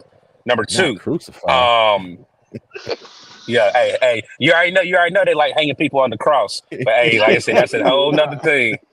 Boy. Um, JC Horn, I heard what Tony said. Um, I'm more excited because I'm ready to wear my JC Horn jersey. I have not worn it all year. I will be wearing it in New Orleans Facts. next week. I can't wait. I was like I said, if Frank Reich was the coach, I was not gonna be wearing any paraphernalia going down to New Orleans. I'm being honest. I was gonna be polo down from the head to toe. And y'all be like, why Doug don't got I was not wearing no Panther paraphernalia, but I will be pulling back out my JC Horn jersey on next week. And I did hear what Tony said, and I think this is Already. what's gonna happen. I think they're gonna slowly transition him back in. But again, I even think a person that people need to realize that's on this roster now is Shaquille Griffin. Once we sign him off of Hmm. Yes, waivers, sir. I have been saying that somebody's job is in jeopardy of being lost next year. And I know who that person is, and I'm gonna say it's Dante Jackson. Dante Jackson's finally gonna get his walking papers in Carolina unless he takes a significant pay cut and we move him to safety. That is his prime You position that he shaking that needs to play. tambourine. That's the proposition that this man needs to play. If you play Madden, if you know his skill set, Dante Jackson is really a free safety that he doesn't have the bay to play strong, but we know he has okay coverage skills, but his speed can help. And he can come down Yeah. in the box if there I is one said of that. those plays whenever you have slants, you have any Hmm. post routes coming in. So I think Okay. a lot of things are going to change with this offense and defense. Another player that I want to switch right now is Ike Ikwanu. I said this last night on C3's podcast. Move Icky to guard right now so he can transition to a new position that he's going to be playing in next year.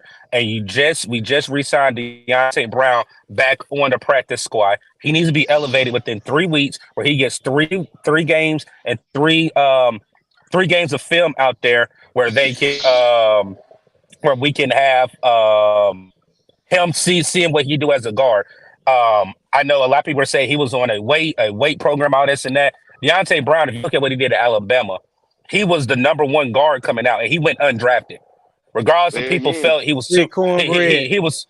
Thank you, cornbread fed Southern. Come So on I now. think again, what I really think is this is an opportunity where Chris Tabor will pull a page out of Steve Wilson's playbook and handbook and play players that need to get an opportunity, because he did that when he was under a head coach. And a player that either needs to be cut or I think we need to evaluate is Tariq Cohen. I already know he's on the IR. If he does not come back within 2 weeks, cut him and sign somebody else that we can utilize, that we can see if they can help this team, because this team is going to be a total rebuild on roster terms. Because I honestly do hope we can do what the Houston Texans have done, where they got a coach, they brought in key players, they drafted well, and now they're in the playoff hunt right now. And D'Amico Ryans is possibly in the lead of being a coach of the year. So, like I said, I mean, for Mm-hmm. me, I understand wins and losses. I understand people are talking about the division is open. Nobody was talking about that when Frank was still here. So why change it? Just because Chris Yeah. Tabor Yeah. is the interim head coach. Let's be Yeah. realistic with Right. ourselves. The fan base is torn because of Bryce.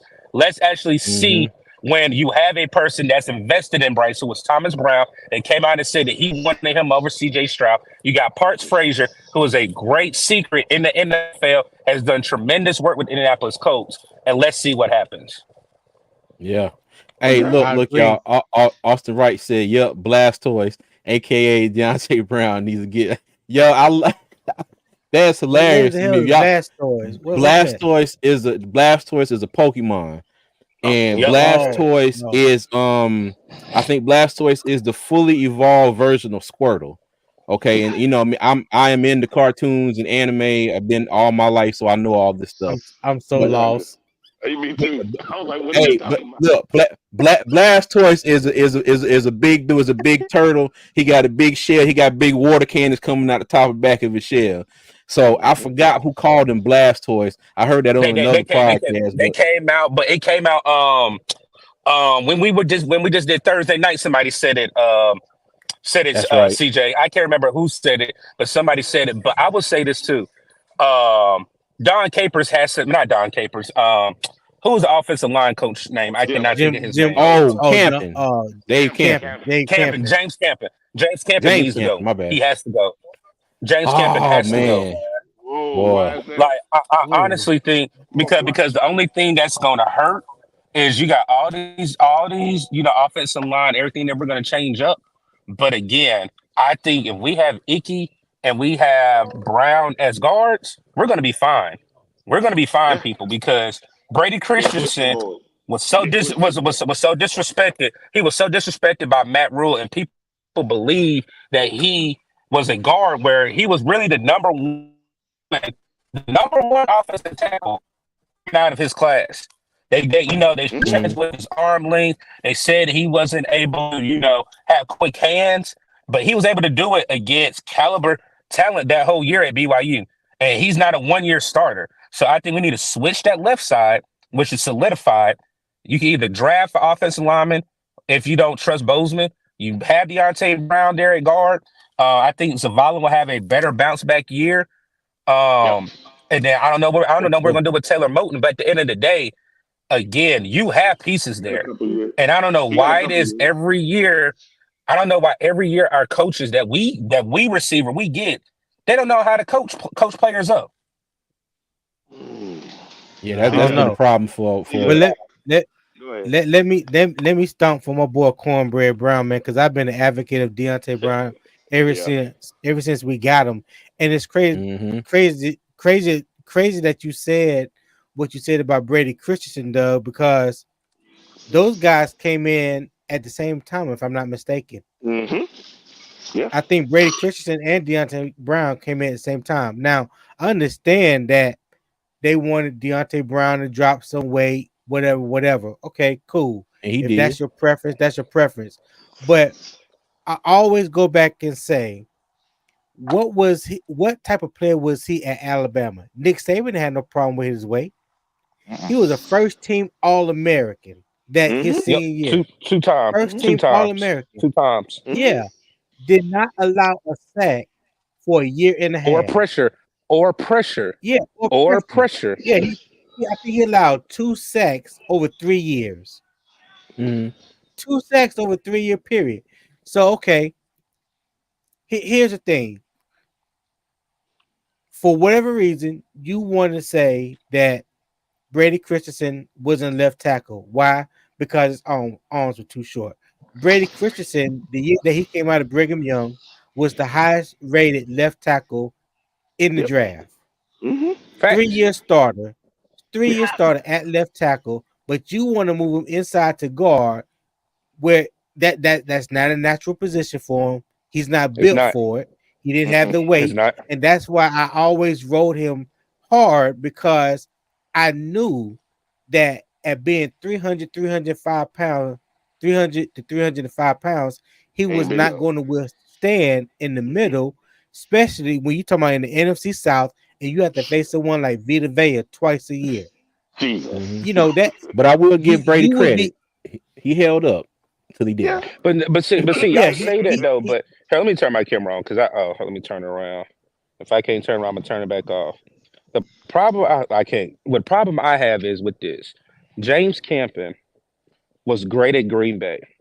Does anybody know the Mm-hmm. reason why he got fired at Green Bay? No, go No. ahead. The offensive no, I line don't know why he got regressed. fired. The offensive Oh, line Oh. regressed, and the defensive line I've coach is heard starting to that.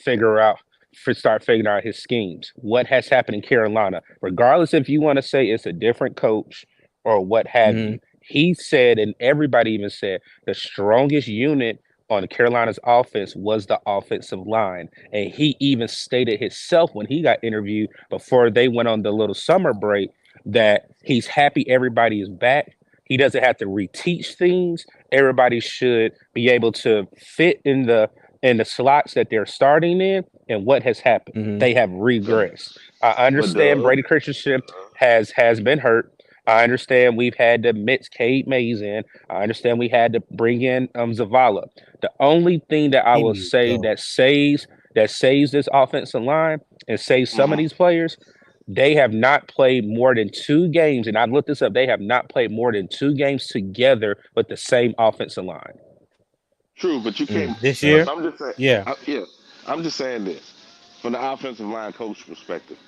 If you Uh huh. got your offensive line set up to block a certain way, and somebody tell them to do something that your guys don't have the skill set to do, but he's hard Hmm. headed, a coach, and says we're going to do it anyway.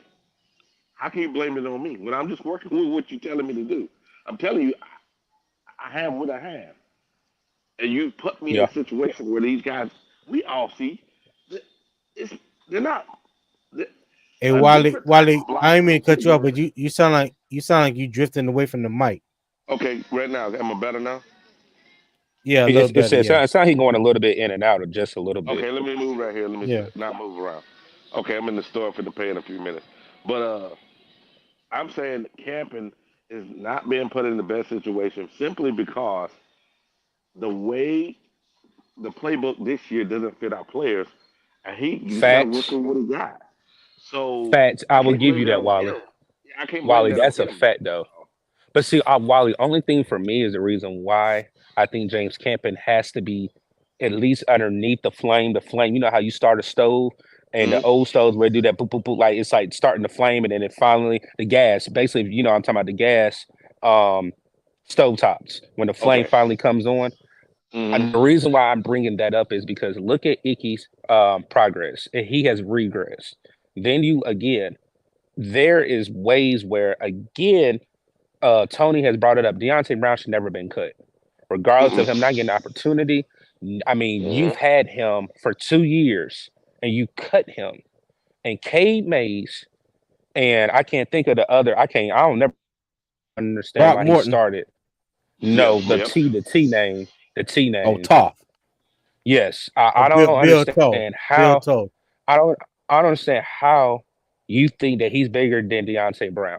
Again, when Deontay Brown played last year Thank at the you. end of the season, y'all saw how the running Talk game. your I'll talk, say Doug. even Talk your talk. hey, I even say the Tampa game is one game where I saw he was plugging and pulling. When I say Yep. plugging and pulling, when we were up those 14 points, Deontay Brown Mm-hmm. started that game, and people don't know that he started that game in Tampa. And when I say Mm-hmm. he looked the fit, yeah, he messed up because again, he didn't have game reps. Practice rep and game reps are two different things. So for Need me, time, Yeah. yep. Facts. it's like when you look at it, why did you cut him and you brought in like Jensen? Noah Jensen is a good, decent offensive lineman, but again, we are playing players out of position.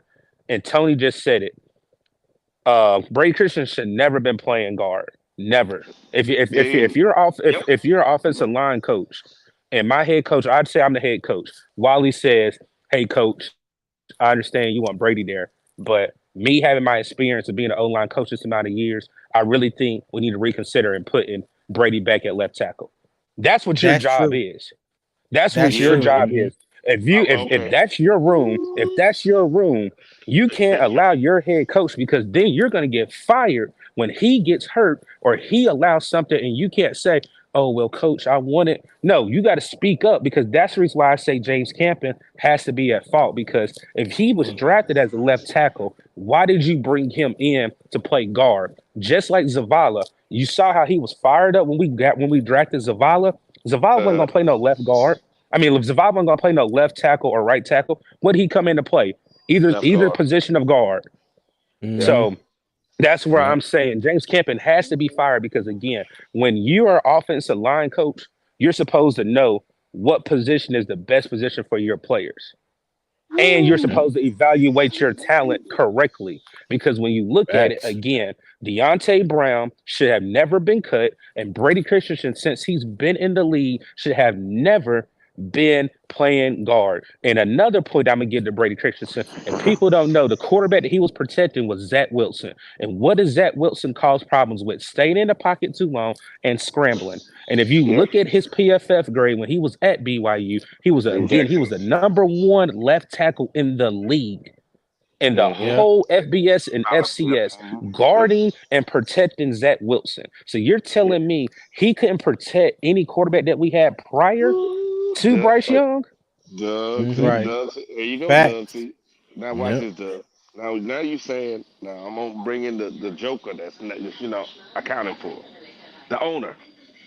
You're not counting for that one. Ah, boy, You're not counting for him. Reason why I say you're not boy. counting for him because he's saying, "Hey man, we done had this guy on the roster a couple years. Give me somebody new." He doesn't know these guys. And you think they're really listening to him? He don't. I mean, he's listening to anybody else?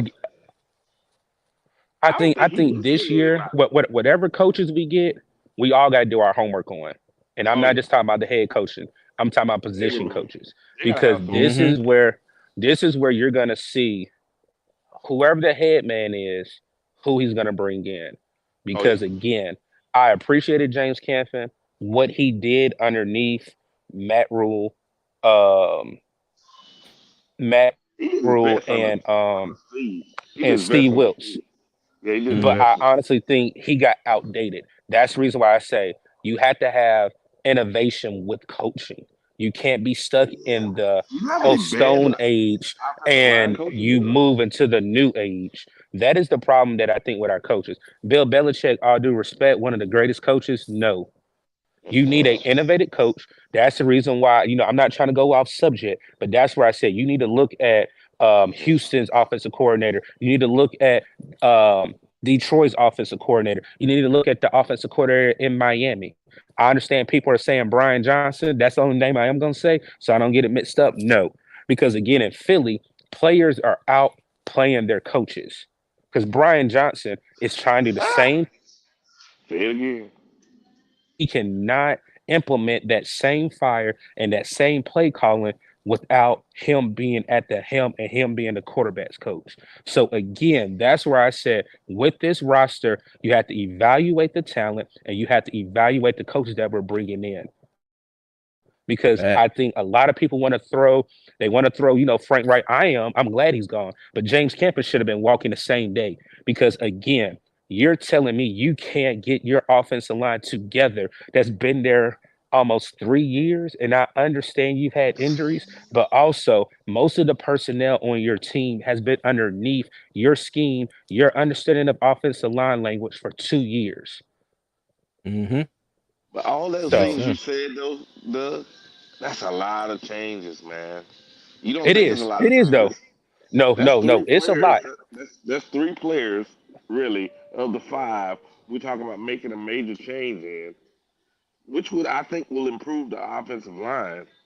But you think the owner's gonna buy off from this? I ain't worried about David Temper. I know y'all saying that man ain't going nowhere. Only thing No, I I'm ain't ready talking about for is that. the end of the I'm talking season. about if he's The gonna only let thing these guys do these things. 'Cause remember, so so if he's so a so this is the six-man word I'm saying, Wiley. coach, He needs a handler. And I know Tony and CJ have heard me say that.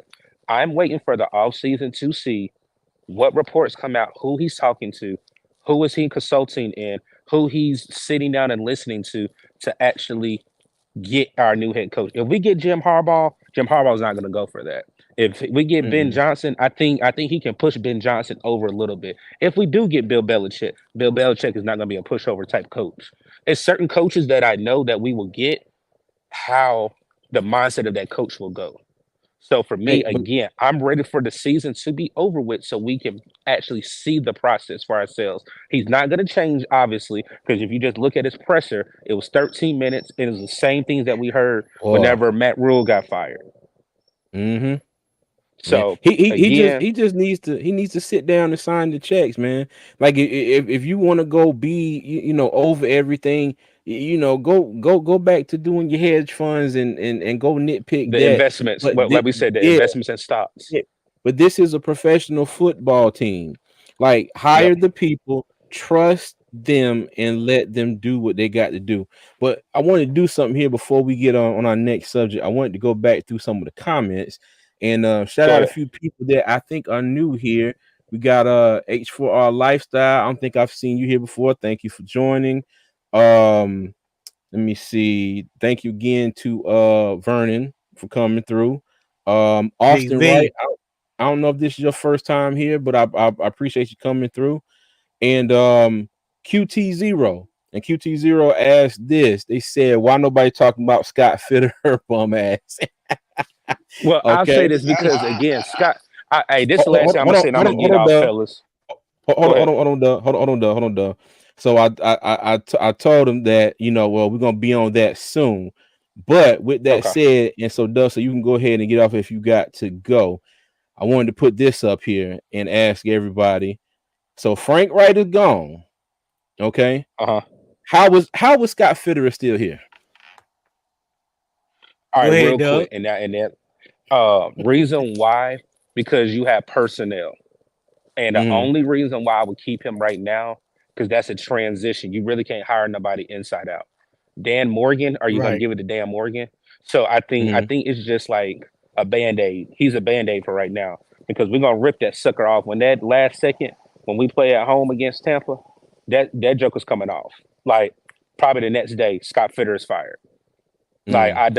I don't think Scott will be the next man. I understand people saying he's the he's the eyes and ears. He's the yes man to David Temper. But trust me, if people even heard when he was leaving, I forgot who asked the question. They said, "Well, you didn't say anything about Scott," and the David Temper stare. He gave him a stare, put his head down, just shook his head. So trust me, he knows Scott Fitter is a problem as well. If you look at the draft picks, you look at how he built this roster, how he was saying, "Oh, we can get DJ Chart, we can get Hayden Hurst, we can get Miles Sanders." All three of those are a bust. All three of those are bust offensive off-season pickups. Outside of Adam Okay. Thielen, that's your only boom pickup.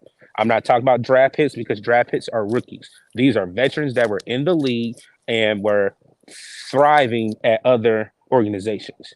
Again, it's Yeah. always we get the bottom tier of players. Look at what Hassan Reddick was able to do. He did great things here, but he's even doing greater things in Philly. Um, Mm-hmm. I can't think of another player. Balling out. C-Mac. Look at C-Mac. C-Mac is playing on natural grass, and He has been doing exactly what he's been able to do at Carolina all the way on the West Coast. So I And think Scott Hmm. staying Fitterer healthy. And staying and healthy on staying top of that. healthy.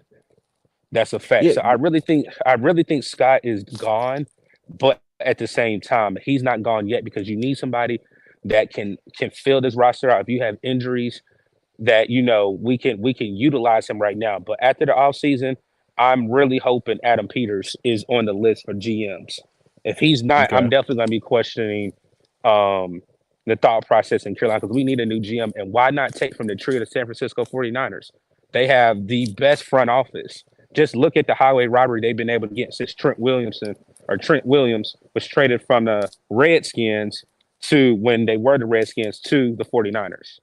So Mm. that's all I Right. got. But before I go out again, whoever is in the chat, whoever's gonna replay this, rewatch it, get CJ and Tony to 1,000 subs, man. I appreciate these fellas always, hit me up on the backstage, hit me up throughout the week, showing support over at What's Up, Doug. Like I said, these gentlemen give you guys great content, great breakdowns, great post game as well, man. So I've enjoyed it.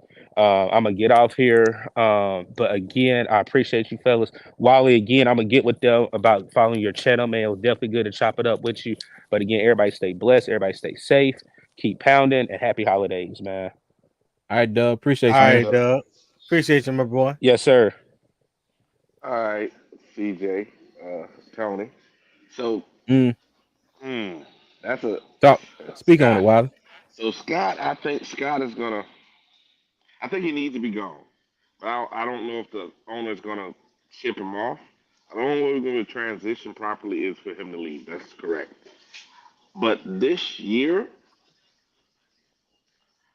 I believe that DJ Sharp's play is based on Frank Reich's play offense because they're not using him to his strengths. He Mm-mm. is a guy that's supposed to run vertical, and they got to Take run the it top off horizontal. the defense. Yeah, Yep. they got him run it horizontal. Right. That's not even that ain't his. Nowhere in his college tape or pro tape it says that's the kind of player he is. So this is all play design. So you can't necessarily call him a bust yet. Well, some people will, Mm-hmm. but for as GM, I wouldn't be mad if we go with Morgan simply because I believe some of these guys gonna come in here, but they don't know the pathway, and Morgan does. Morgan was here; he was a great linebacker for us. He knows what peak pounding means, and I'm saying some of that we got to bring back. We can't just bring all these guys Right. in that don't have any kinship to this team and expect them to understand, like Frank did the first game, walked in Atlanta, not understand it was a rivalry game, guy. You don't walk in there talking Right. about let's see what Bryce can do. No, we go in there, punch him in the mouth, and win the game. You know what you do because it's Atlanta. That's not rivalry. And this is one of the things I think we got to think about when we talk about the new coach, the new GM, and all of this. And I don't think Fitterer is going anywhere unless Well, unless unless the owner actually does what you said. Get out of the way. And if he does, well, give me the guy out of San Francisco, like he said. yeah. Okay. Well, let me pose this question to you then, Wiley and CJ. You can answer this too. Say that Scott Fitterer is gone at the end of the year. Do you think we should hire a GM before our next head coach, or we should do what we did the with Matt Rule when we hired the head coach and then hired the GM? Which one you think should come first? GM, do it the right way. That's right. Yeah, CJ, what you think? I agree.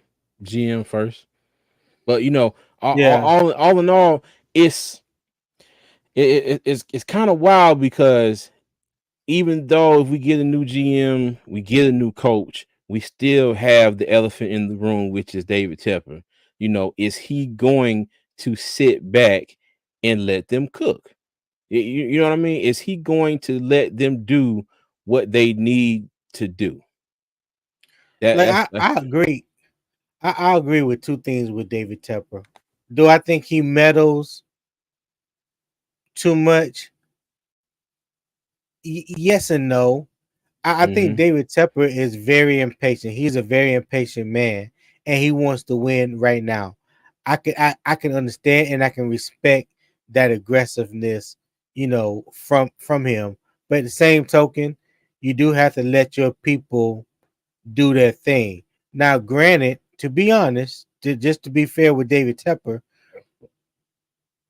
with Matt Rule and with Frank Reich, I think he did sit back and just watch the first part of the season, first, 5 or 6 games, and he didn't like what he was seeing. And then he started voicing his opinion.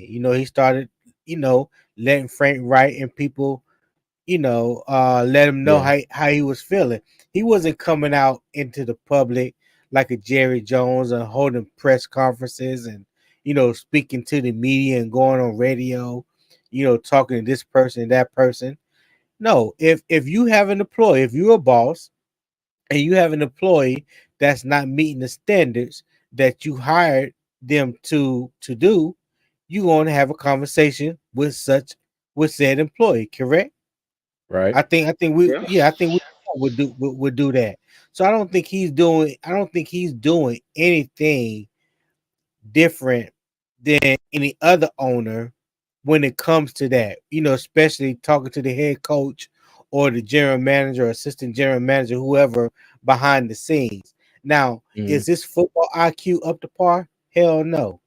There's a lot of things when he start talking about the game itself, when he steps outside of the business aspect of it, and he tries to talk like he knows football and he don't Mm-hmm. know diddly squat about football, that's when I have a problem with it. Because I feel like, yes, you are the owner of the franchise. This is your team. Can't nobody fire you. Can't nobody make you sell the team if you don't want to, right? But at the Mm-hmm. same time, I feel like he has given enough room to allow these men to operate, and they both have been disappointing. Matt Rule was a disappointment. Frank Wright turned out to be a disappointment. At some point in time, the owner is going to step up and he's going to speak on it, especially when he's new into the league as far as being an owner. Because he's not only doing it with the Panther organization, he's doing it with the soccer team too. The soccer team has had 3 head coaches in like 2 years. Mm-hmm. Mm-hmm. I mean, you know. So I understand him being impatient, and sometimes being impatient can can Yeah. can hurt Go you. ahead. You know what I'm saying? It can hurt you, but like I understand from a competitive nature as well. He wants to win right now. I Now, got is he pushback doing for the you, things though. necessary? Is he doing the things necessary to put the Panthers in position to win? I will have to say no because we don't have a head coach, and no head coach he's hired thus far has worked out. So I think once we get to that point and we start seeing some success, I think you're going to see what everybody wants to see from David Tepper, and that's for him to fall back, relax, and let the football play. Let Mm-hmm. the football people handle the football side of things. That's just my take on it. I agree. I agree with you. But my thing is this, if like we was talking about earlier, Wiley, if the reports are true, and he has done as much meddling as everybody says he has, okay, it's still he's got to learn how to you, you know just sit back and let things work out. Now, Frank, like I said, Frank was stubborn. Frank was trying to fit that square peg in the round hole. But when he gets the next GM and coach here, or next coach, even if just say Scott Fitter doesn't get fired, but they get another coach here, they have got he has to let them he has to let them work. Now I know he has the final say on things, but my thing is when they make a decision and they've sat down and they've talked about it and it's the best for the team, if it makes sense, he just needs to say okay. All right. And if I was a coach, if I was a new coach coming to Carolina, I promise you, I would be like, okay, you know what? You're gonna throw the bag at me, cool. But I need a provision in my contract that says that I got at least 2 years before you can fire me. There you go. Hey, I, check it out. I'm serious. I am serious. Who like I know they say it's only 32 teams, and obviously somebody is going to want this coaching job. Okay, but Right. like you said, from the soccer team, we done had 6 coaches at the Panthers. Hey, I'm going to want something to be like you give me some time. Okay, give me some time, and please sit back and let us work. Hey, oh man, this guy, this Temper is a mess. I think he needs to get out of the building. With any football operations that are happening, talking about players you're going to draft, all of that. Because I believe Mm-hmm. when they were Right. in that meeting and they set up, and these new guys that just got hired are sitting there looking at when they're saying something, and you know he ain't got a good poker face. He probably sitting there shaking his head when they said something he didn't like.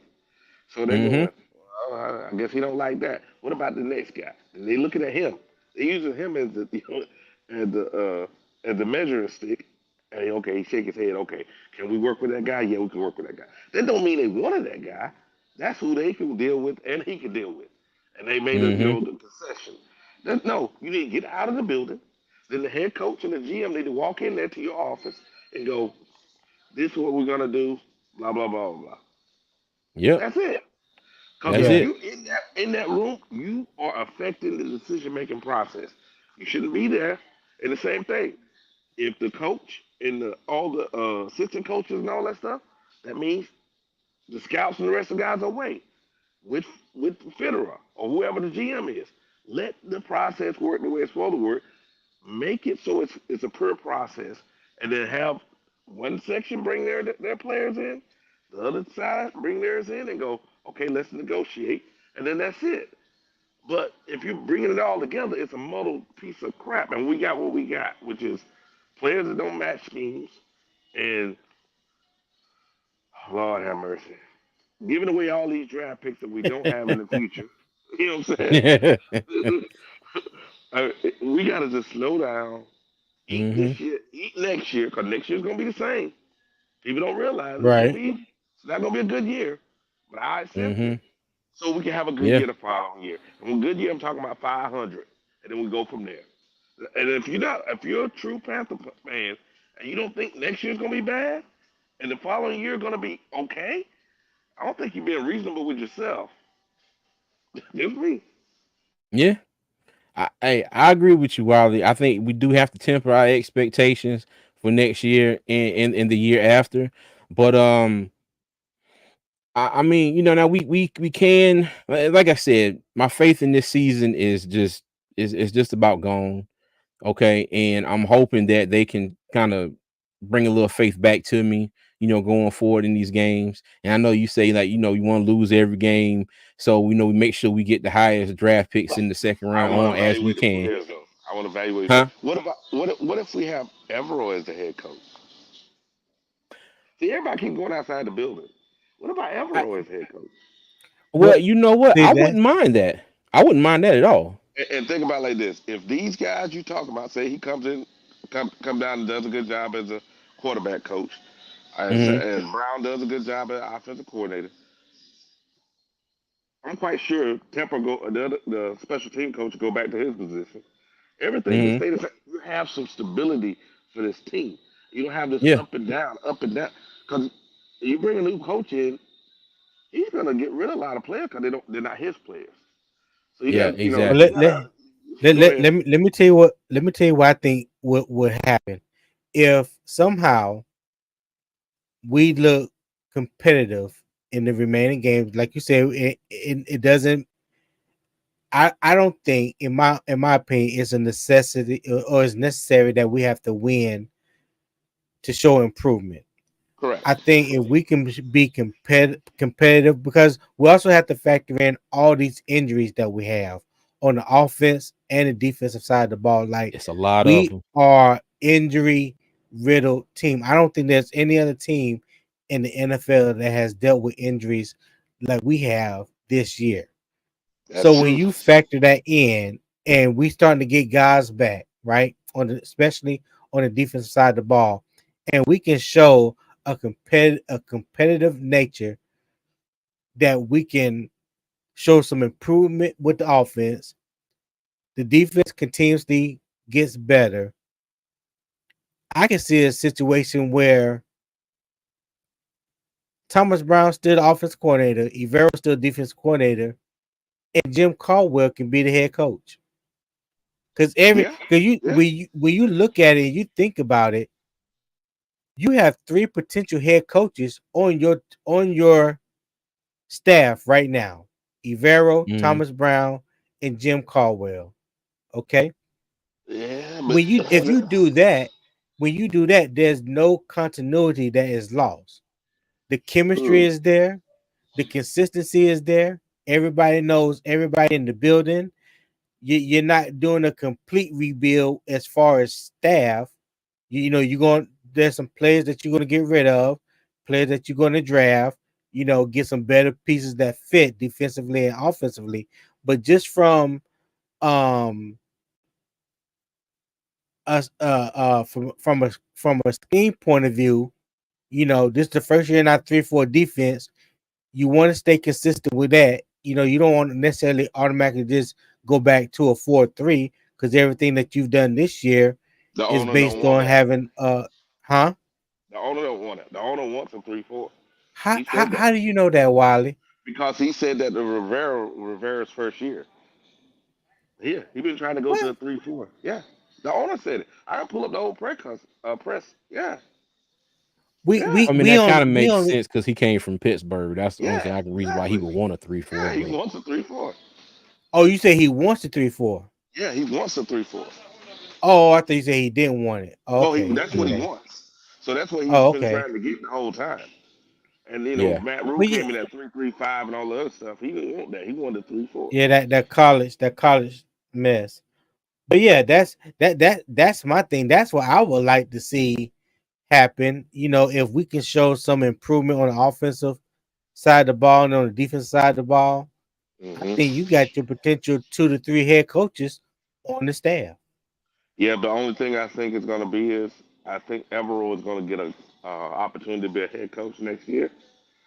That's 2 years in I a row. don't Our defense is I number don't think six right so. now, right? Our defense is number six That total defense, that right? don't start me on that because that is No, very, very, very I know, misleading.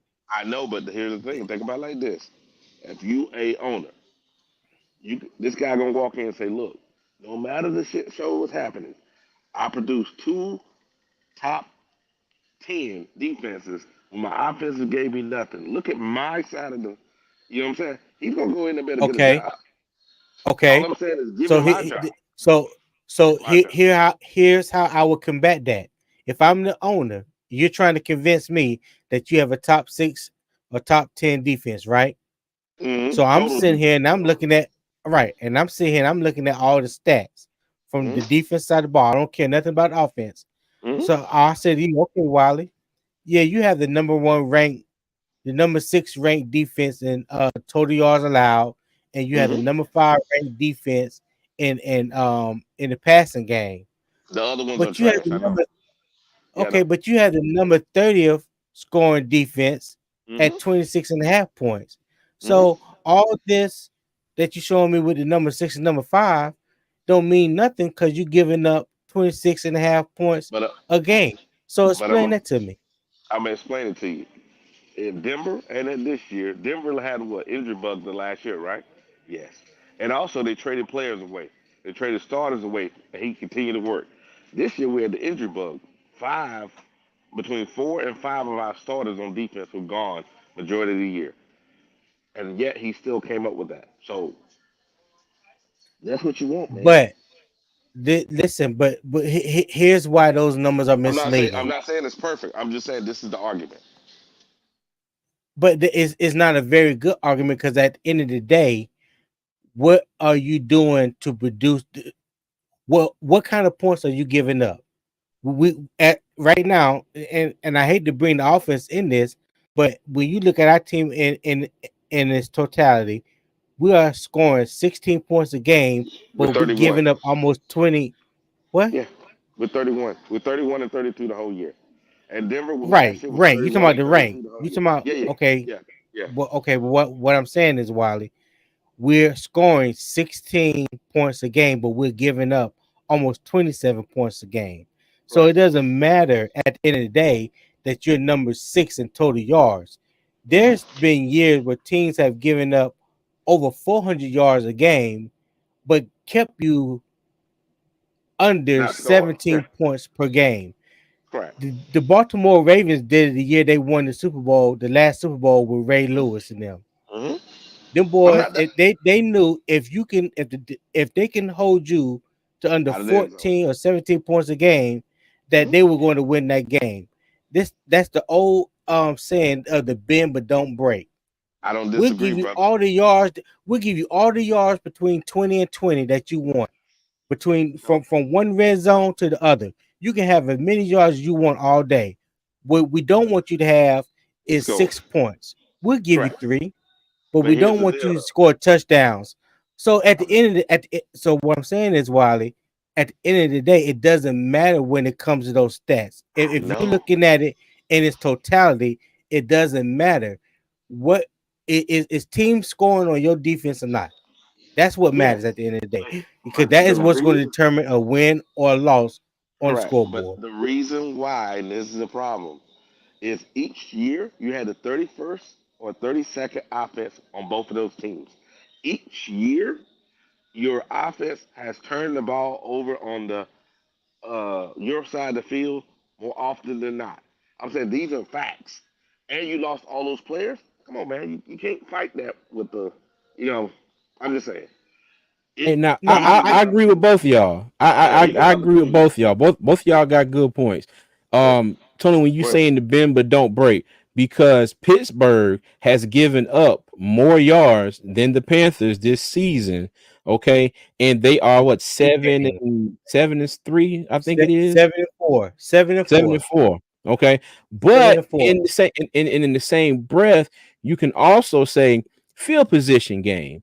All right. The Panthers have started Yeah, a lot of drives inside their own 10-yard line, 15, 20 penalties, driven them backwards. So you got Johnny Hecker back there punting. We're not giving up yards because in a lot of situations, when teams are Start scoring, they field. ain't got that far to go. The damn right. start field. So, So that's what I'm but saying. that's I can agree with both of you. right. But that's what I said. Like you can go back and forth as far as the yardage and the rank and that kind of stuff.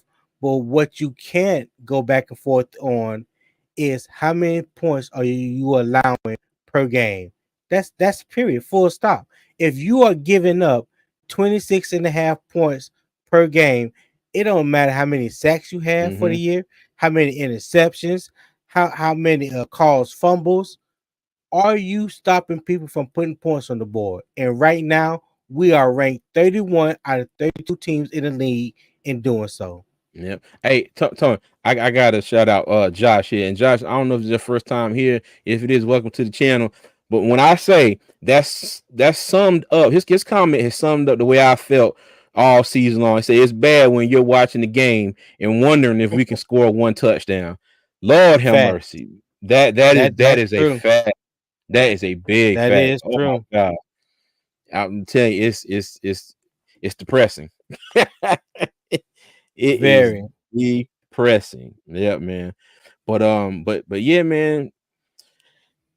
It's interesting. I do want to see what's going to happen with Federer. I do think he's gone.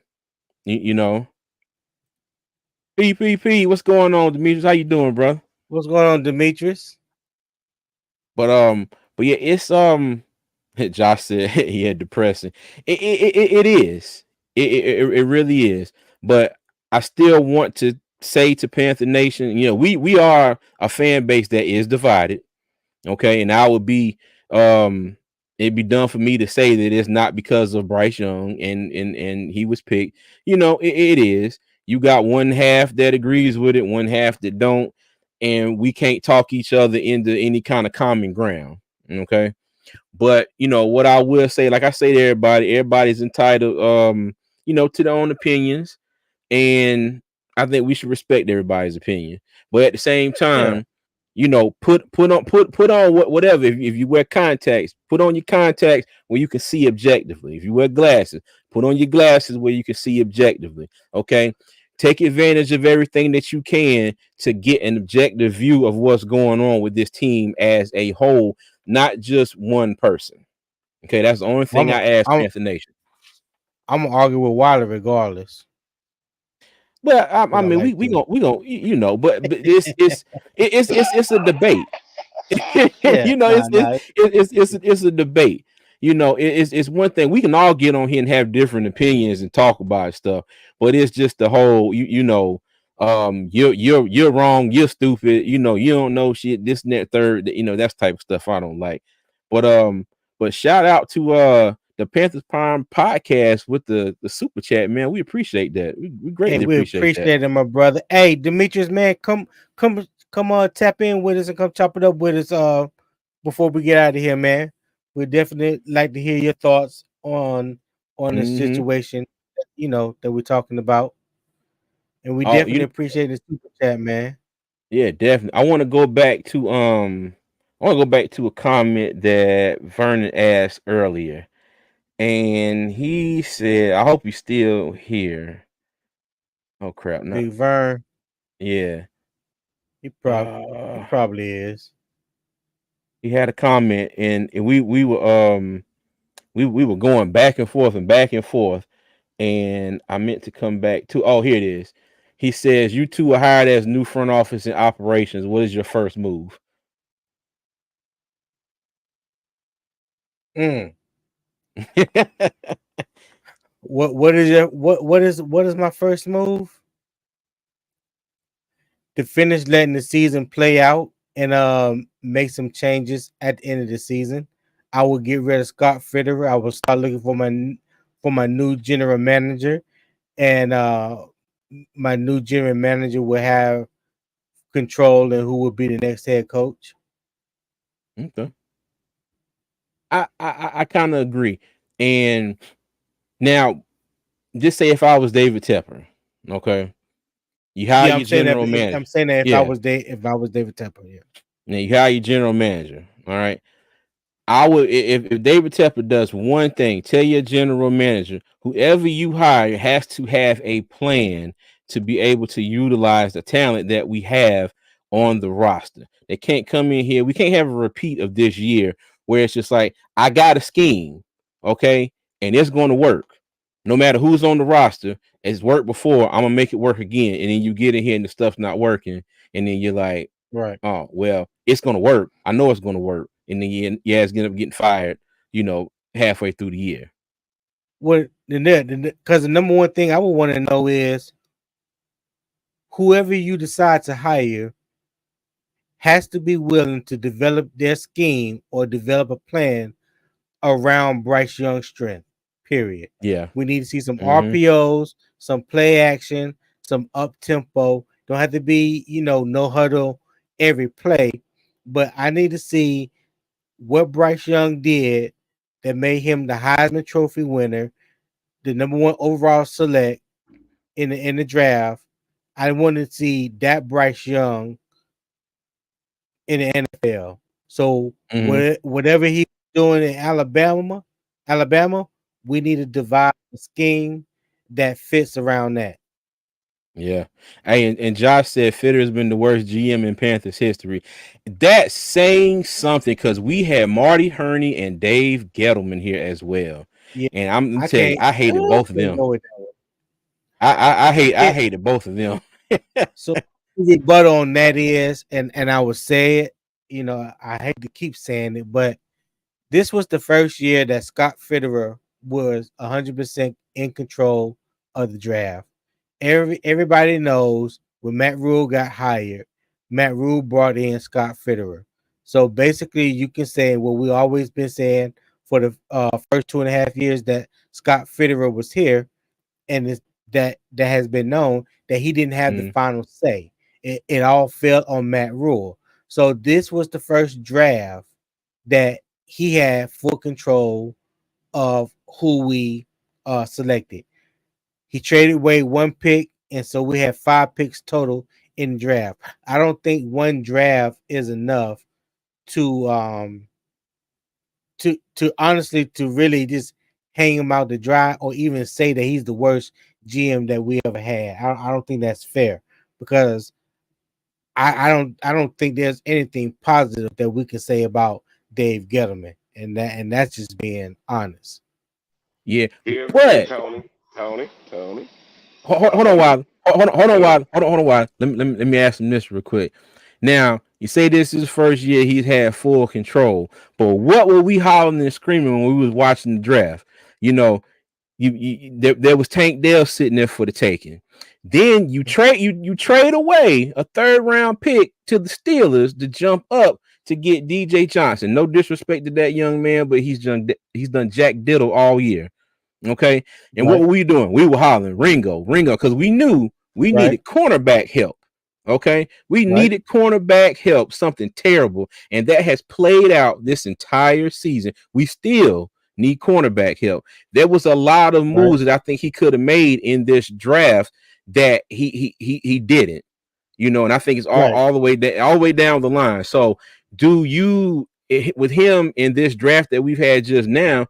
Do you think he deserves a mulligan, to go ahead and run it back one more time and give it another shot? Or, a lot of us think, we've seen exactly what we've needed to see, and, he can pack his stuff and go.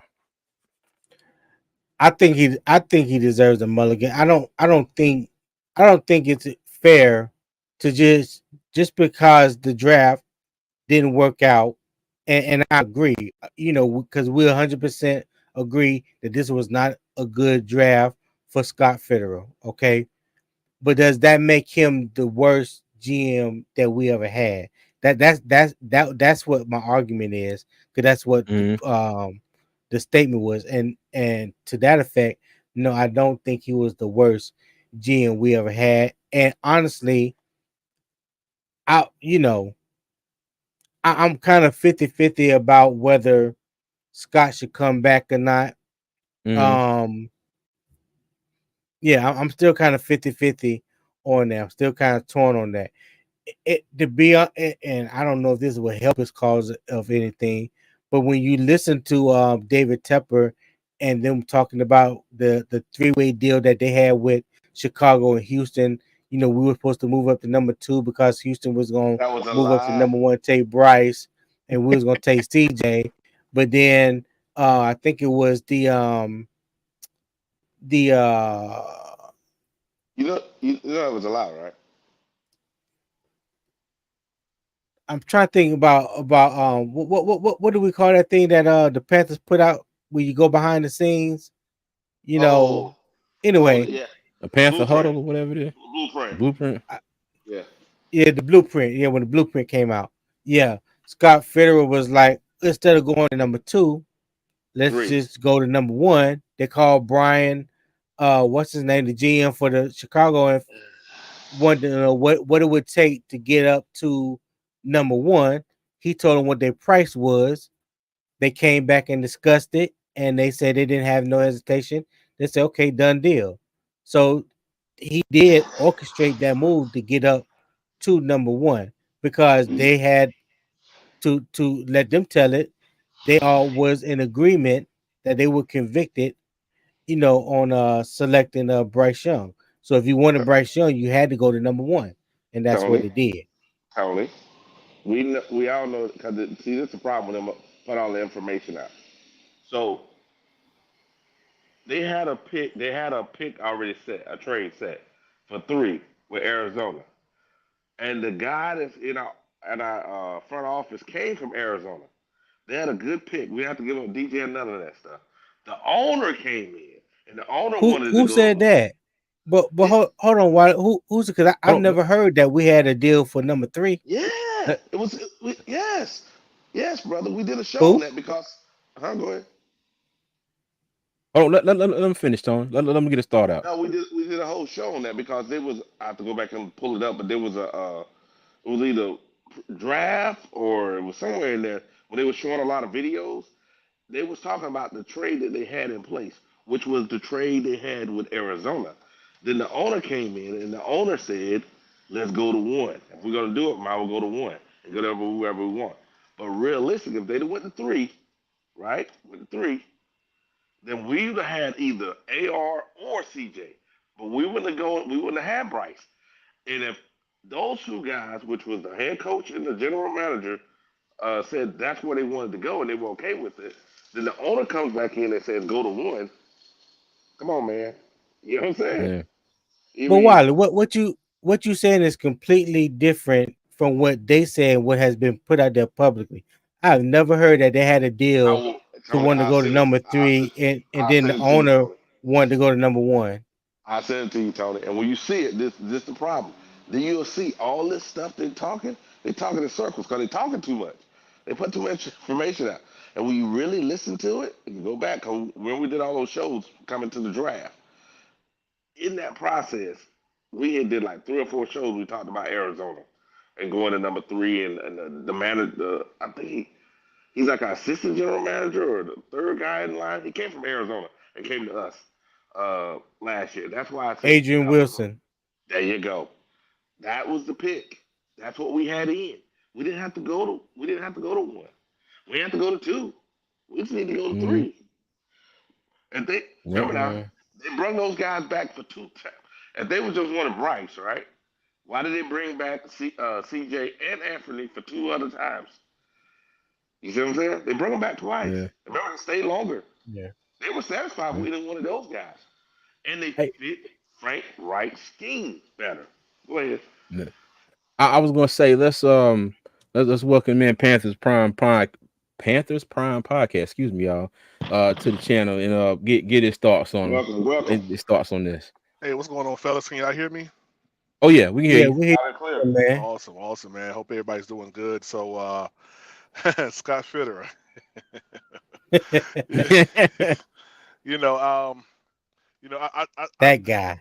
yeah, you know, I just did a video yesterday saying what's going to make things lucrative for any premier head coach to come to the Carolina Panthers, and one of my points was letting go Scott Fitterer. Because I don't think any real head coach that's premier, that's pretty good, is going to want Scott Fitterer here. The carry on from Matt Rule and then from Frank. It's just a lot of bad stuff has been going on. Even though Scott didn't have a lot of say so the first year of Matt Rule and maybe even the second year, but the deal to let C Mac go and the deal to let Robbie Anderson and then DJ Moore and then to trade up to get DJ Johnson, those are really bad situations. And the local media is talking about it. National media is talking about it. It's not only Tepper is Mm-hmm. getting a lot of flack, but it's also Scott Fitterer. He doesn't have the laser eyes. Yeah. So, I don't think Scott Fitterer stays here. If David Tepper wants his team to move forward, he's going to have to remove Scott Fitterer and just bring in someone new, to start making this thing at least look somewhat appealing, to Yeah. head Right. coaches. Yeah. Mm-hmm. Because What that's the what thing, what man. what We about somebody got to want to come here. Hmm. Somebody really has to, right? and I know. And but my thing is, I don't want somebody to take this job just because it's like, oh well, you know what? It's a privilege to get a job, and it's just there, and I can take. I want somebody that will want to come here, okay? Right. And I want them to come here. I want them to look at our roster and be like, you know what? I got a plan for this. And at the same time, I want David Tepper to be like, okay, you got your plan. We hire his GM. If Scott is gone, hire his GM, get your coach. Y'all got your plan. Y'all go execute said plan, Right. and then make it happen. Yeah. Yeah. And I believe said plan is only going to be, it has to revolve around whoever this coach is wanting to take this ride with Bryce, Yeah. because Bryce ain't going nowhere. Right. So whoever comes Mm-mm. Right. is going to have to fall onto the Bryce Young train for at least about a year or two. And Mm-hmm. then, from there, we'll see. But, you know, um, they got to do And they whatever they have can to do. build. They I'm have to sorry, go ahead. build around Bryce's strength, man. Right, They have to exactly. incorporate RPO and play action and up tempo into the game, because that's what made Bryce successful in Alabama.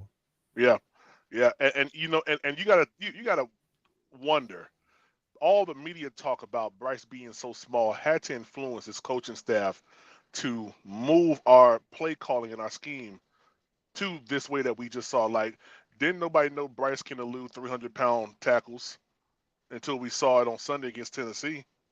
Mm-hmm. And I mean, it's not like all the issue is on Bryce. We know we have a trash O line. We know we don't have a good running game. So and Bryce has to play better ball as well. But I think Mm-hmm. you start with getting Bryce some help. Making sure that you can put a scheme together that's going to be profitable. With the current state of the Carolina Panthers, not what we just want to do. The current state. How Facts. that last offensive line that came in after, I think it was, who was Zavala got injured after they had to rotate a third time. That Yeah. last offensive line looked pretty okay. Was it Nash Jensen in there? I want to Nash say Yes, Jensen and yes. Toth, whatever his name is. Tough, Bill yeah, Toth. yeah, and then you bring in Gabe. Hopefully he can do what he got to do. You still got Bose. Bozeman not injured, right? He's not injured. No, I Bozeman don't No, know. not he's not injured. injured. Yeah, No. Yeah. and then you still got Moten. So I say run like that, man. That Mm-hmm. last offensive line was pretty okay. They gave Bryce some time, but we'll see. I'm expecting tomorrow to be a pretty good showing out. Of course, it's going to take about another week. So New Orleans, we should get a good feel of how this Thomas Brown offense should work. And definitely by the time we play Atlanta, we should see, because it's going to take a little bit for them to get Frank Reich's playbook totally out, or at least Mm-hmm. add in Thomas Brown's and Parks, whole thought process on how they're going to move this thing going forward. So I'll say give it to New Orleans, and then definitely Atlanta. We should Yeah. see how things go.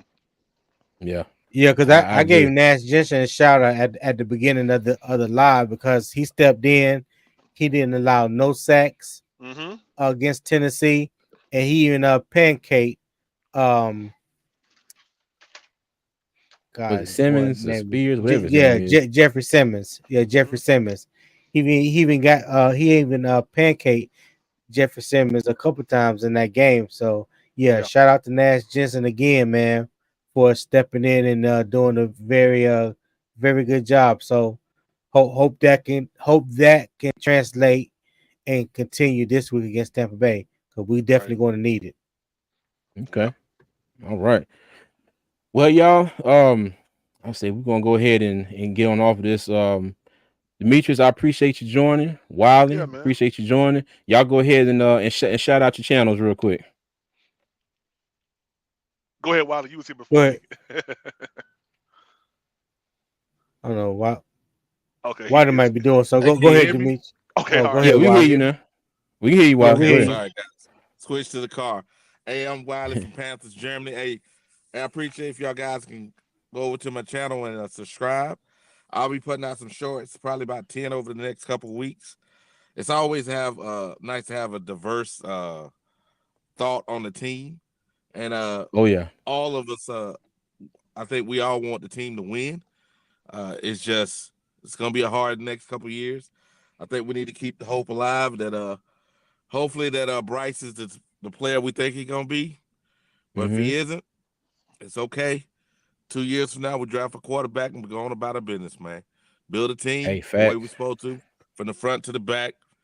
Stop panicking. It's gonna be okay. Oh yeah. Already. All right. Josh said this has been a good show. Hey, thank you, Josh. We appreciate you, man. Appreciate it, We definitely Josh. appreciate you. Go Definitely ahead, Panther appreciate it. Prime. Yeah, I just want to say pause real quick because he said from the front to the back. That's Yeah. Yeah, I I'm just and I was waiting. I ain't want to do it to him. I ain't want to do it to him, but I I'm knew just Hey, he. I playing, missed Wiley. that whole comment. When he said front to the back, I was like, okay. I'm just playing, Wiley. I'm just playing, man. But so hey guys, my name is Demetrius with the PPP, and that's Panthers Prime Podcast. I'm the host of it and the owner of it, and yeah, we're on YouTube. You can find us at every social media outlet up under that same handle, Panthers Prime Podcast. And I appreciate it, guys. I really do. Thank you so much for having me, and Yeah, man, keep pounding. Hopefully, we come out with a win against Tampa Bay on tomorrow. Oh yeah, man. Already. All right, we Already. appreciate you. All right, and everybody, you know us, two fans in the stands, and just like all other gentlemen have said here, if you haven't already, make sure you subscribe to all of our channels. We are steadily approaching our goal of 1,000 subscribers. I would like to be that Christmas present that I can open up on December 25th, and we can move forward from there. We got a lot of dreams and aspirations that we want to do. A lot of things that we want to implement into this channel, and that 1,000 subscribers would really help us get to that point where we can start doing a lot more things, giving back to all the people that have helped us out so far. And if you haven't yet, please hit that like button, subscribe. We appreciate everybody that has so far, and we appreciate everybody that will do in the future. All right, I'm gonna take this up like I always do. Y'all be safe, all right, and keep pounding, y'all. All right. Keep pounding. Keep pounding.